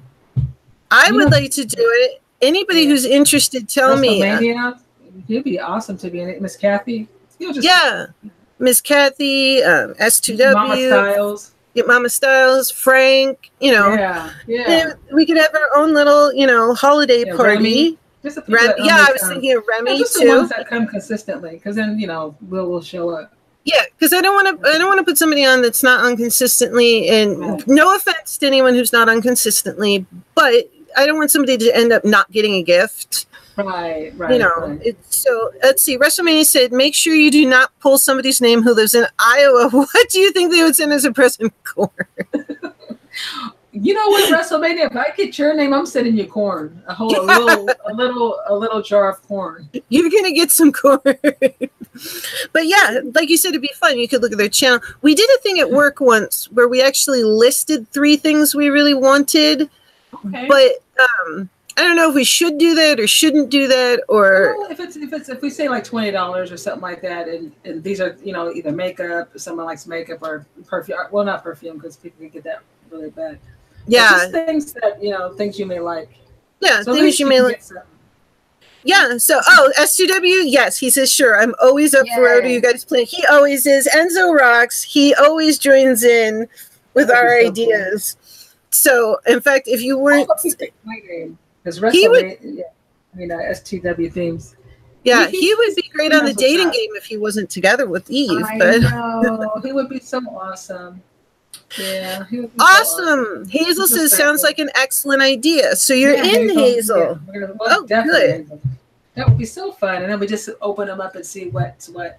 You know. Yeah, I just thought it was a neat way to celebrate the holidays. And then if we do it that way, it doesn't really matter who celebrates what. It kind of, you know, covers everything. All right, cool. Then we'll start getting a list together of people. WrestleMania, that is not my problem. You'll explain that to her. That's, well, you could tell. Actually, you could tell her the story. That Lady Borgia got asked if I like porn by text. Donation. Oh my gosh, that's funny. In case you need it. In case you want to spice. Yeah, WrestleMania's wife is going to think that I am at shit because she's already thought that I was broadcasting naked that one night when my dress wasn't showing. WrestleMania will say, well, she sent me the corn in case I want to, you know, spice things up a little bit around here. Well, when we did that adult edition, didn't I put corn cobs after that thing I tweeted? It was something like all these vegetables. I think I put corn cobs after that. That was so funny. I respond. What did I say when you said that? I forgot how I responded to that. I know, it was funny though. Oh my gosh, that was funny. That was good. I can't wait until we get to do a new one. I keep thinking of what costume am I going to do. Probably some kind of face painting thing, since you can mostly see my face. But are we still doing that Halloween thing? We are on the 24th. Okay, the 24th of October. I'm gonna send out this week. This coming week, I'm going to send out to all the people who are interested, because Remy said he wanted to do it, and S2W Themes. Frank said he was in. Kathy, you, me, whoever. And then we can do that. But I'm going to send out the email to get everybody organized for the next adult edition in costume. So that was S2W Themes was in on that one too. So we'll be in costume this time when we play Truth or Dare. Is WrestleMania gonna do it? WrestleMania, are you in on it? Hazel wants to wear a costume. We're gonna wear costumes and have an adult party. I may have to, we'll have to see how many people. I know you can fit up to 8 on Hangouts. I'm thinking about giving up and trying to get Zoom, but because you can add more people, but I don't know. Because, oh, you know what? I have to wait until I have OBS to do that, because you have to spend $40 to use their encoder, which I refuse to do. And they weren't very happy with me when I went, wait a second, you mean that's just an encoder? So if I use this software for OBS, then I only have to pay $15 a month. So as soon as I get that ready, so we may have to rotate people on and off. We'll see. But yeah, anybody who wants to be included, you're welcome to. And I will put the people who've already said yes, they want to be in on it. I will send out the email this week. Those of you who participated in the past know about my group emails. I like to plan in advance, though. Then we know what's going on. It makes it much easier. Right. Yeah, and then plus, if I don't feel good for something, that's why I do a lot in advance, too. Because sometimes if I don't feel good, then I'm like, oh, okay, it's already done. I don't have to worry about things. Nice. So, nice. And you're good at organizing stuff like that. You put out really good, thorough emails. Thank you very much. I try. I also had a mother that was very particular about English. Yeah, I can tell you just by the way you write. I could tell you probably, would be into, medical or something that you had to write a lot. Yes, I did it professionally, and I used to write up the stuff that went off to the regulatory agencies. If you guys look at her description, I mean, look at all that stuff she be putting in there. I'd be like, oh my God, does YouTube ever say that's enough? All the time. That's enough, lady B. I get hit all the time with, all right, you've included too much, because I'll try to put as much as I can for people, and then the makeup ones that I'm doing now that I really like to, because I held back at first. I was like, well, I don't know if people really want to go like that much.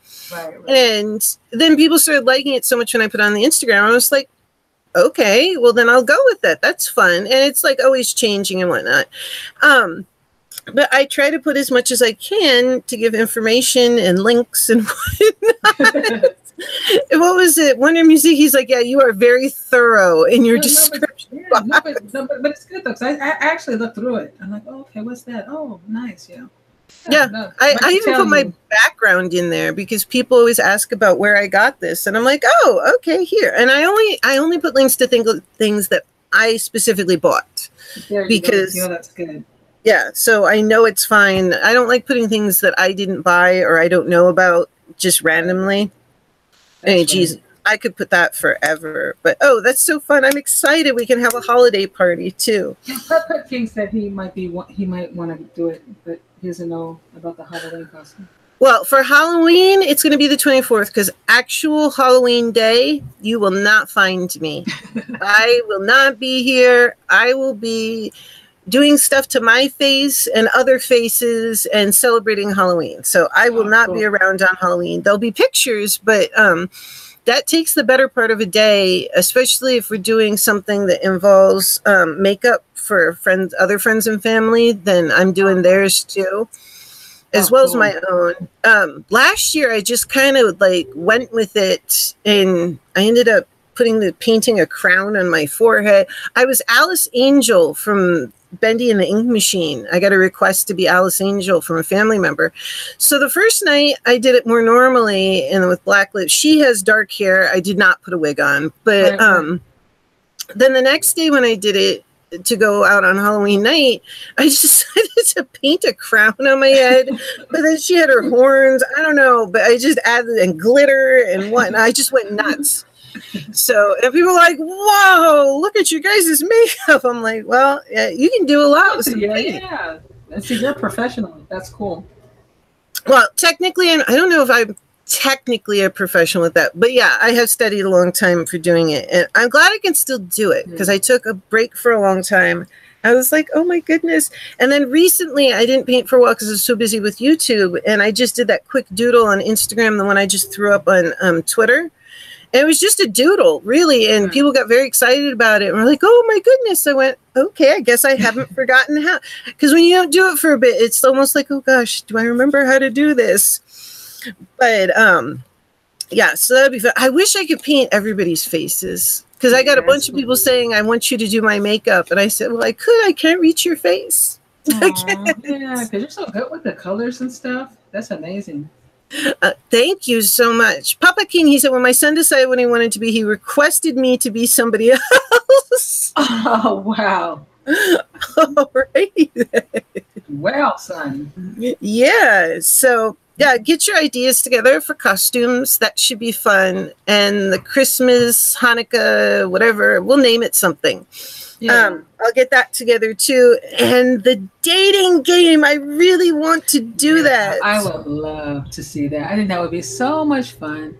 Yeah. And the questions and how people answer them, and you know. Yeah, that is cool. Hazel says, awesome. I always wanted to wear a I'm assuming she's saying costume. Well, now you get to, my love. Yeah, see? You get to do whatever. I'll find something to wear. You know, it's just only your up, you know, because we're going to be sitting. So, yeah. Well, one thing I might do soon, I was thinking about, I'm not positive yet, but I've noticed some people, they've gotten interested in like the special effects painting.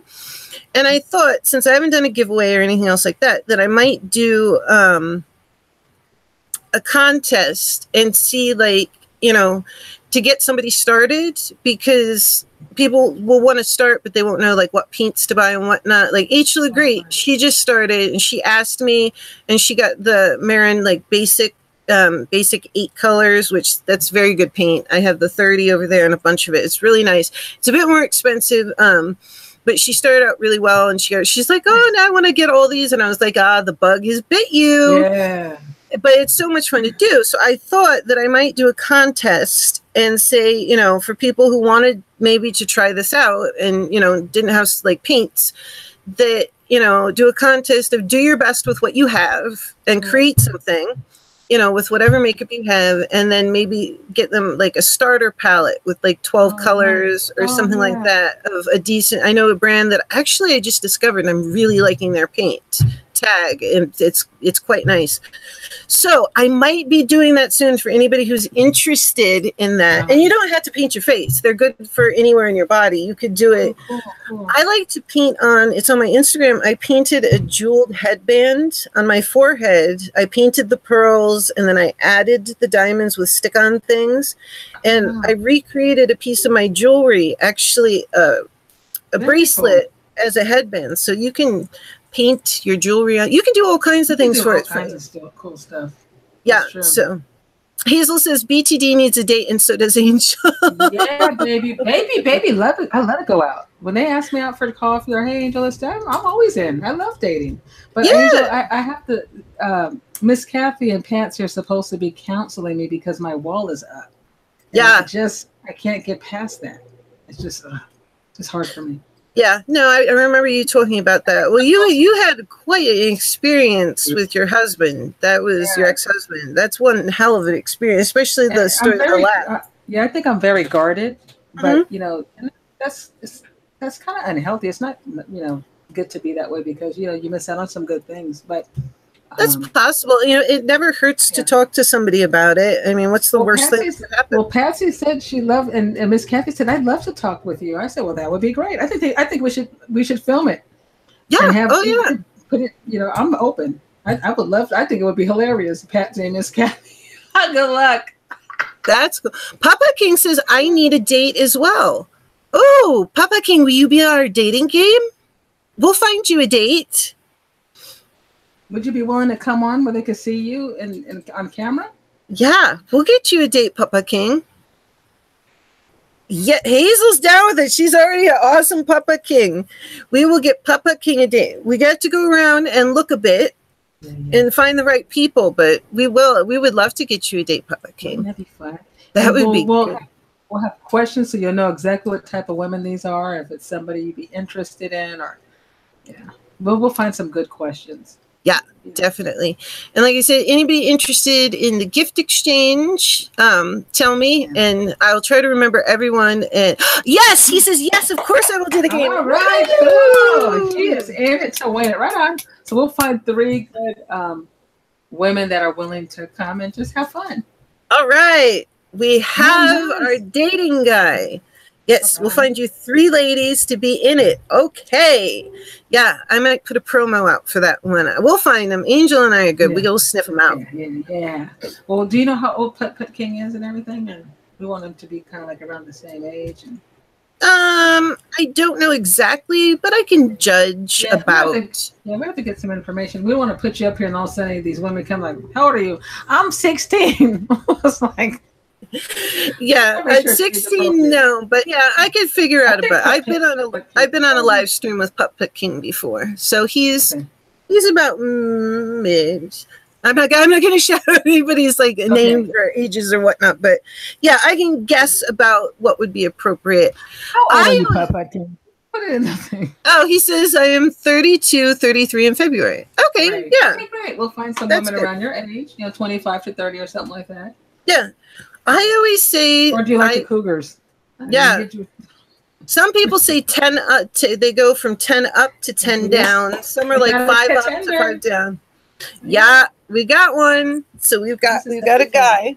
It's going to be a stereo. Oh my goodness. I just looked down. My hair is shedding. How many questions do you think we should have? I don't know. We got to think of that. Now that you have it in my head, I'm going to be thinking of it. And I always do the thing where I randomly have them come to my head. So I got to write them down quickly before I forget. Oh, I want to look up one of the old versions of some of the stuff they ask. Yeah. We should do that. There's got to be some ones on YouTube and online of the old questions they asked and see if we might borrow a few. Yeah, so if we have 3 people, then we're going to have to ask so many questions to each. And we can check out the show and see how many questions they really asked each person. Because we might even have 2 sets. 2 men, you know what I'm saying? Like the first hour we can have a dating for 3 guys and a girl, and then maybe we could do a girl and 3 guys. Yeah, that would be good. That would be awesome. Oh, I'm so excited. I love that. I love games. I'm a nut. I love it. Let's have serious discussion, adult, makeup, health, and the dating game. Yeah. That'll be so fun. And then it'll be a lot of fun. It definitely would. See, I always viewed my channel. I know people do it where they have like each subject is a different channel. But the way my mind works is I view a channel as kind of like on TV, like it's a network. It's a network. That's how I view it. And from the beginning, I'm like, well, if I had a channel for every different topic that I do, I'd have a lot of channels to cover. That's why when you look at my trailer, you'll see I'll put what I do. I do reviews or vlogs or it's a variety channel. Yeah. That way, I'm not subject to just stay in a niche. I'm not a niche person. I can't just do one thing. Me too. I'm the same way. You have a really good channel art. I have to my mother's actually going to help me with it. She's very good with the programs because I like that I use a picture of my background because it kind of, it sets everything, but I've got to put the words on it. And since it has to fit like for a phone, a computer, and a TV, she's better at doing that than I am. So she's going to help me out because I want to put up there, live streams and makeup, but not just beauty, like, beauty through special effects and health wellness. So yeah, and it explains what on earth I'm doing. SCW themes, the Lady Chuck Woolery. I see that his name back in 2 and 2. Do you remember that? We'll be back in 2 and 2. 2 minutes and 2 seconds. You know who I didn't like was that one guy that would want to kiss everybody on the Family Feud. Remember? He had to kiss everybody. Oh yeah. That was nasty. No, yeah, I don't like that. I don't remember his name, but I know who you're talking about. Yeah. I don't like it. Don't kiss me. No. But I'll be the Lady Chuck Woolery. I don't remember the name of the guy that they did when they had the 3 guys or 3 girls in the chairs behind the wall. Was that Chuck Woolery too? Or Richard Dawson. Richard Dawson. Oh my gosh. Okay. I always sit there thinking, why do they have to kiss this old dude? And he, it's like, oh God. And you have to, because that's what he does. And I'm like, that's abuse. No. Because I still see those things. They're the Game Show Network where they play all the old game shows and stuff like that. Yeah. So that's fun. Oh, people say we'll find Putt King a cute señorita. Yeah, baby, baby. Putt King gonna like the lady we find him. He gonna say, wow. Yeah. SCW themes. Oh, you got it, Putt. Yeah, Putt might have your online wife. Who knows? Remember that guy that wanted you to be his wife online? What was that guy? And he had a whole bunch of wives online. I didn't know about that. Yeah, he came. I forgot his name. He said, "Lady B, will you be my online wife?" Oh yeah, Oreo Kid. I haven't seen Oreo Kid in a while. Yeah, I'm one of his online wives. He's got a real wife. And I say, as long as I'm your #1 online wife, that's okay. He's so funny. I can roll that. I haven't seen. Well, you know, after I was sick and I came back, I was like, I kept finding people. I'm like, wait, oh yeah, and I kept remembering more people and more. Not that I forgot anybody like expressly, but it's amazing how fast things go when you're out for 2 weeks or so, 2-3 weeks, whatever it was. That is true. I was listening to the people from YouTube, and they were asking. These are the CEOs of YouTube, and his question was, are people losing their audience when they're going on vacations and they're taking time off? And he was saying he doesn't think so, but I do believe when you're gone for a period of time or you're not as consistent, I do believe you do lose some of your audience. Yeah. You know? It was it wasn't too bad for me. I didn't lose any supporters. I actually went up, which is a little weird. Oh, nice. So that was cool because I was like, well, it's going to be what it's going to be. There's nothing I can do about this, you know. I think like us, I think because you have built such a good rapport with like a lot of us, so we're like, you know, true friends. Yeah. So we're still going to always be here. Frank's always going to pop in, you know. Hazel's always going to pop in. I'm going to always pop in, you know. So you have your core. I think that you'll keep, you know. Yeah, definitely. That all the regular people like that came back, and then it took a bit for people to realize that I was back. But oh, Hazel, yes, Maleficent is a wonderful costume. And Papa King, he has a wife, and having online's wife, isn't that considered cheating? Nah, it's just a joke. It's just Oreo crazy trying to, oh my goodness, trying to teabag everyone. Hazel, do you know what teabagging is? She knows what it is. Oh my goodness. I don't want any teabagging, thank you. I'm good. No teabags for me. Ew. Ew, I just pictured, why did I? And you know those times where you can't help and you accidentally mentally picture something when you really don't want to. Yeah. That was bad. That just threw my head. I don't even remember what I was saying now. you got me, Hazel. Sounds funny to me. In 8th grade, we still connected with the 7th grade science teacher since he was a football coach. He said one person was doing so bad in their class and did so bad on the final. Oh, wow. Oh my goodness. Wow. I literally completely forgot what I was saying. Hazel got me. It just like wiped my mind clean. Oh, that's funny. What kind of co-host am I? I'm supposed to be, you know, at least a co-host. That kind of got me too, Hazel. You guys like, yeah, you got me. Both of us went, oh, okay, I remember. Yes, about people teabagging got me. That was really that's funny.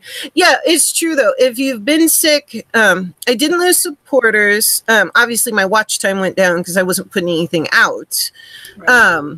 And which is too bad because I was hitting halfway, right at my at 6 months part. I was hitting, you know, halfway of watch time. Right. So I still got to catch back up on that if I want to make it to the next thing, which I don't really care about being monetized that much, but I guess it's just kind of a, you know, I guess a goal to look at because it's not like you make that much or anything like that. You know, I tell people you don't make what you think. I used to be monetized. And I still have money in right now. If you look at my analytics, the money's still sitting there, but I have to make over $100 to get that. And I started, I think it was when I first got my first video that made enough for monetization. That was like way back in 2011. Yeah, you had that one video that hit big. Yeah, and it's like I couldn't. Actually, you have two that hit pretty well. Yeah, because they always show up first. Yeah, you got a couple that really hit well. Yeah. Amazingly enough, one of my best hits for a video was that air conditioner video. Oh, that's a good video though. You did a good video on that. 600 and some odd views on it. Do you have your link for affiliate on that air conditioner? No, because I bought it from Lowe's. See, well, Amazon, if they have it, put it on there because somebody might click it. I should. That's a good idea. You already got the video done for it. Yeah, I should look it up because I have to take down. There was one guy who came in and was like trolling my page, and after, like, the video had been up for months because I put it up right around Memorial Day, and that's when I bought my little rig to go filming in New York. And then I didn't know we were going to have such a hot summer and I wasn't going to be able to go do it. But, you know, but I have everything there waiting. And that's when I first got to try out my little micro shotgun Rode mic, which I love, and my little rig. And so I right away filmed it, and everybody liked it and whatnot, and people were coming in. I think people were like, it was obvious they were searching it, and the hashtags were working and everything else like that. Oh, nice. And so this guy comes along, and it was within the last month or so, and he was like, well, you could, something about not turning the air conditioner on to hear it. And he's like, epic fail. And normally I would just erase it. But I was feeling, you know, what an I was, cornhole. Yeah, exactly. What a cornhole. And we can say that without an adult thing. Yeah. I know Beavis and Butthead did cornholio, but that's not it. This is our term, cornhole. So that is our term for us. But yeah. So I was in kind of a smart aleck mood, you know, it was being funny, and I was like, well, try watching the video, and then you will see when you get to, because I specifically turn off the music and everything, and, you know, do the thing. And then the guy comes back with some other thing about if the condenser does this, then it's too loud, and then you have to replace it. And I guess he took me mentioning that it was so much quieter than my old air conditioner. Yeah. Like, he was trying to be, like, smart. And he's like, I bet nobody caught that. And I'm like, hello. I said, obviously, you have, because he erased his first comment. Because I guess he felt kind of stupid after I said, well, try, you know, watching more than 5 seconds of the video. Right. I didn't say that, but I, you know, said, you have to actually watch the video to see it. And then, so he says all this stuff, and I caught it. I'm like, you didn't catch anything. What the heck are you talking about? Why are you bothering me? So I said to him, to put a stop to this, I went, okay. I said, listen, I don't know if you got on the wrong side of bed today. I don't know what happened with you. But I said, you've caught nothing but an air conditioner review. I said, there's nothing wrong with it. Haven't a clue what you're talking about. And I said, but, you know, perhaps you find some, and I told him, go troll somewhere else. Yeah, and the comment's probably still up. I probably need to go erase it. But that stopped him cold. He just, he didn't answer back because, you know, I called him on his cornholeness. Oh, if you want to see something funny, go read the comments on my DNA videos. Oh my God, these people, you don't have Greek in you. I'm telling you what's in my bloodline. And you know, really? How does it do that? Why the hell would somebody argue with you over that? I had 2 DNA tests done, and I keep telling them I'm African descent, Native American, and I have Greek in me. Okay. I even showed, you know. Hey, Sparkle by Monica. What's up? So I always put, thank you for sharing. Yeah, that's a good one to put. I just put thank you for sharing. I was being a smart aleck that day. I admit it. Like, not in a mean way, but, you know, I can have a little bit of a wicked sense. That was a cornhole. That was a cornhole. Yeah. That was a whole nother, that guy was doing too much. He was like, he was looking for something. I was like, what are you talking about? Well, if the condenser does this, then this does this, and you said this, so I bet nobody figured and caught that. And I'm like, no, you're just a review. It's a review. You're a dumbass. Stop. Sorry, but it was true. I didn't know. It's long and curly tonight. Hey, you know this isn't my real hair. I'm not shy, but yeah, you can get some of this too if you like. You can. But check this out. It's mine because, like I said the last time, I bought it and I have the receipt. Hey, exactly. It is yours. It's funny because the people on Instagram periodically, the hair sites that are selling hair, they come to me, and I do want to get some clip-ins for some fun things, but for the most part, I don't, because I have really thick hair. And your hair's nice. Thank you. And I desperately need to color it because I know people like to do the shadow roots, the dark roots with the silver hair, but it's not my thing. And to me, it bugs me. I'm like, okay, you really got to get it done. But I do it myself. Oh, what was it? Papa King from What Lady Borgia said. Yeah, obviously. Oh, goodness. But they always send them to me, all this extra hair, and I'm going, you're looking at the wrong lady. I'm like, Right? I have a lot of hair. I need a haircut, though. Yeah. Because the last girl went in, and I had a bob, and I'm growing it out, but she decided to thin out just the ends.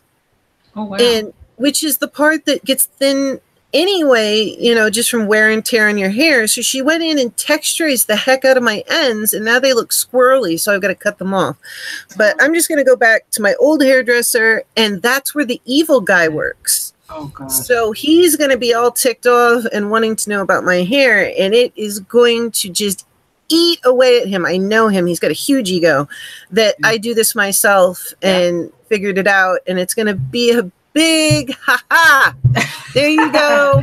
Because I think it cost me, maybe, as overestimating, I think it cost me about $30 to do it myself each time, and it was costing, we'll just say, a lot. Right. Oh, yeah. A lot more than $30. Oh, yeah. So I would rather do it myself. And crafty creators, how are you? I used to have a clip on. My hair is so strange, it really didn't match. Yeah, I think clipping hair is fun, and I want to get some more wigs, especially for my special effects characters, because those are fun.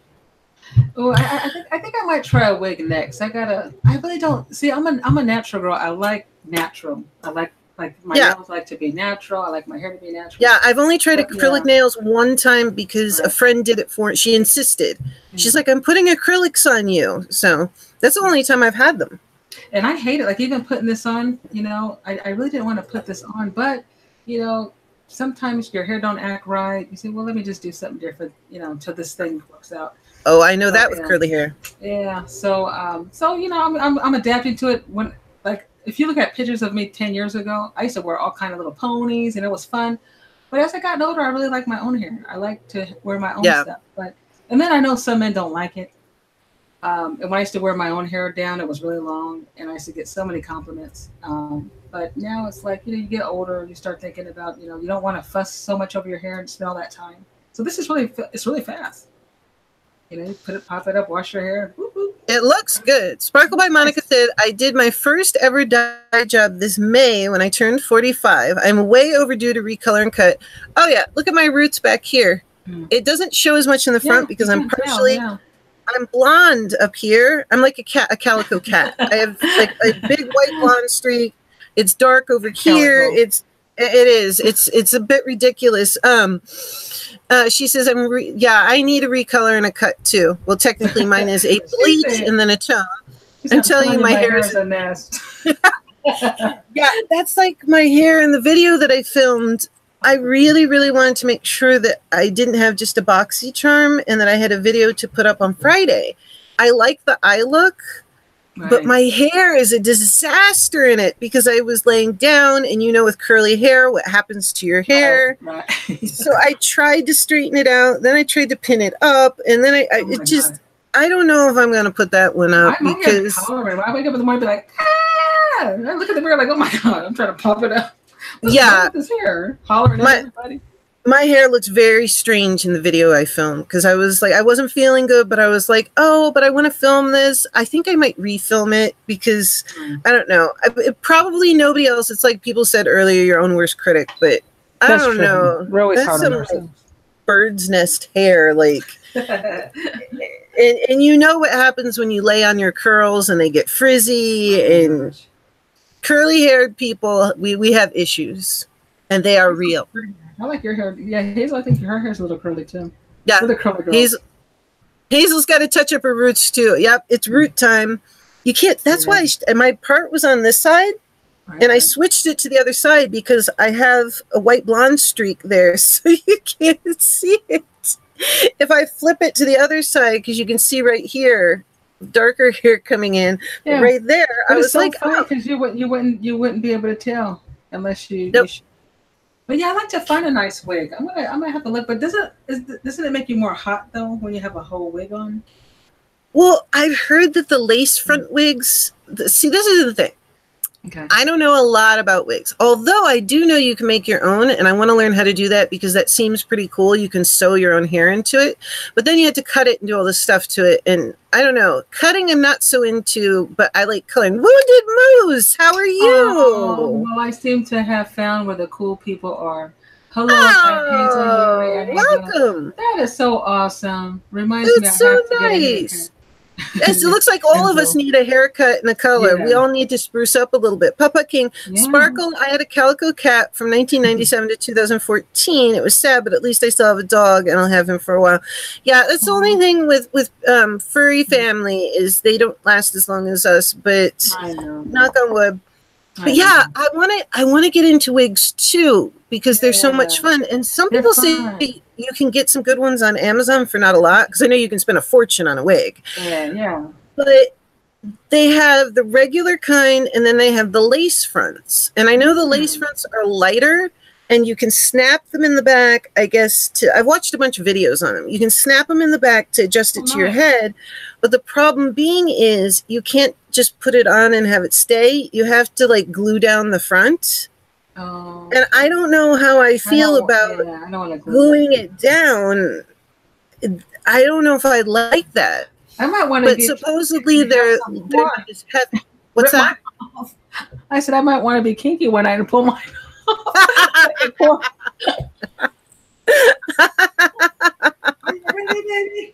Like, oh my God. Seriously.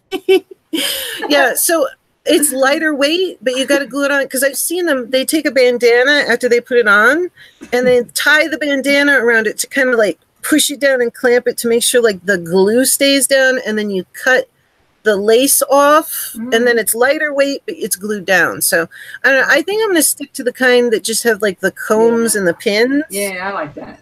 I don't want to glue it to my head. No, because you want to wash your hair. You know, you don't want to keep that on your head. No, and I don't want the whatever glue, gel. I don't want that. Seems like it'd be like really sweaty and gross. Oh, I like that. Welcome to the Cool Kids Club. Yeah. That's cute. We should do that on here more often and have you guys come on and join. I know we had a different thing for tonight and everything else like that. But we definitely got, you know. It'd be good to have Sparkle by Monica on. Yeah. That would be fun. We could do the Cool Kids Club on here, and you guys could just come on and off and whatnot. I know we started this for David tonight and everything else like that. And I'm really glad that we did it. It's unfortunate he didn't get to tell the rest of his story, but maybe he'll get to come back another time, and at least we got the word out there for him and everything. So I'm happy about that. Plus, you know, trying to watch 5 children at once and everything like that. But so that would be fun. Do you guys want to do a Cool Kids Club night? That we could just, you guys could just come and pop on. I would do that. That would be a fun show. And I would do it on, we could do it on a different night or whatever, because we've got the Cool Kids Club already. Instagram. Yeah. I'll have to do that sometime. That'll be fun. Do a Cool Kids night, and you guys can just, you know, as long as I know you, you know, and you're part of the Cool Kids Club. The only thing I don't do is have, you know, a complete stranger, because you don't know what you might be getting. No offense to anybody, but, you know. I told you when that guy asked me, did I want to get on the panel? I was at work, but when I found out who was on there arguing and saying they wanted, I was like, who are these people? Gosh, how? And then when I found out he was, you know, he wasn't a kid. And he was serious. I was like, oh, gosh. He would have ended up being my troll. So if I would have been on that panel and I would have broke it down for him. Yeah. He would have. You would have. He would have been like, I'm going to get her. He would have been thumbing down all my videos. Exactly. Yeah. That was a good thing you didn't go. That's so weird. Well, you know what, guys? It's getting past 10, and I should get going and let Angel get going. Thank you so much for joining us tonight. And if you didn't get to hear part of David's story, go back, and thank you for anybody on the replay. I will get more updates on him. And if you can put the word out, please, to, you know, prayers, good thoughts. It really means a lot to him. He's very strong in his faith, and I know he'd really appreciate it. And go check out his channel. Leave him a nice, you know, tweet on Twitter. Just remember he's there. And if you can, you know, if you can give $1, give $1. If you can give more, because it all adds up. And, you know, if it's not now, maybe next week or maybe the week after, you know, and you can do it anonymously if you don't want to say. There is, you know, the anonymous choice. But, you know, give him a hand. I really think that he needs it right now. That's a huge, like I said, that's not just a full plate. That is a full platter. Thank you, Putt Putt King, because I was thinking about that while I was sitting here. And when I, because, you know, Putt Putt King won the contest. And I gave my email to him and stuff, but then he never really responded. And I was thinking, well, maybe he didn't want to give out his address. So I didn't want to push him. But I'm glad he said he wants my things. I want to send him a shirt. Yeah, you won, Papa King. You should see. Happy? Did you see the video she did? He may not have seen. I had it up and then I put it. It's still there, but I think I put it as unlisted or private or something. I finally put it down because everybody. I'm talking about the one Miss Kathy did when she got her shirt. She did an open. Oh, I didn't see that. Yeah. No, I had to watch that. I have to send it to you. And then Gemma got hers, and she's way in the UK. So he's the only one. And I can't believe Gemma got hers in a couple of days. That's really fast. Oh, yeah. Because I still want to do a red makeup look with the red shirt. That's something I'm going to do. Yeah. Because that's a comfortable shirt. And I have this one red that I love using. So I'm like, ooh, a red with the red would be fun. But I have a new one getting designed. It's going to be black, though. It's going to be a black shirt. And it's gonna say I am. And all the I am is going to say all the confident things about a person. It's going to be amazing. That's awesome. Yeah, I'm going to start. I know I want to have at least one t-shirt, if not a few more. But I know the first one I want is black with just simple writing. But I've got to figure out who to do it through and the process and everything else. First thing I've got to get is a P.O. box. Yeah.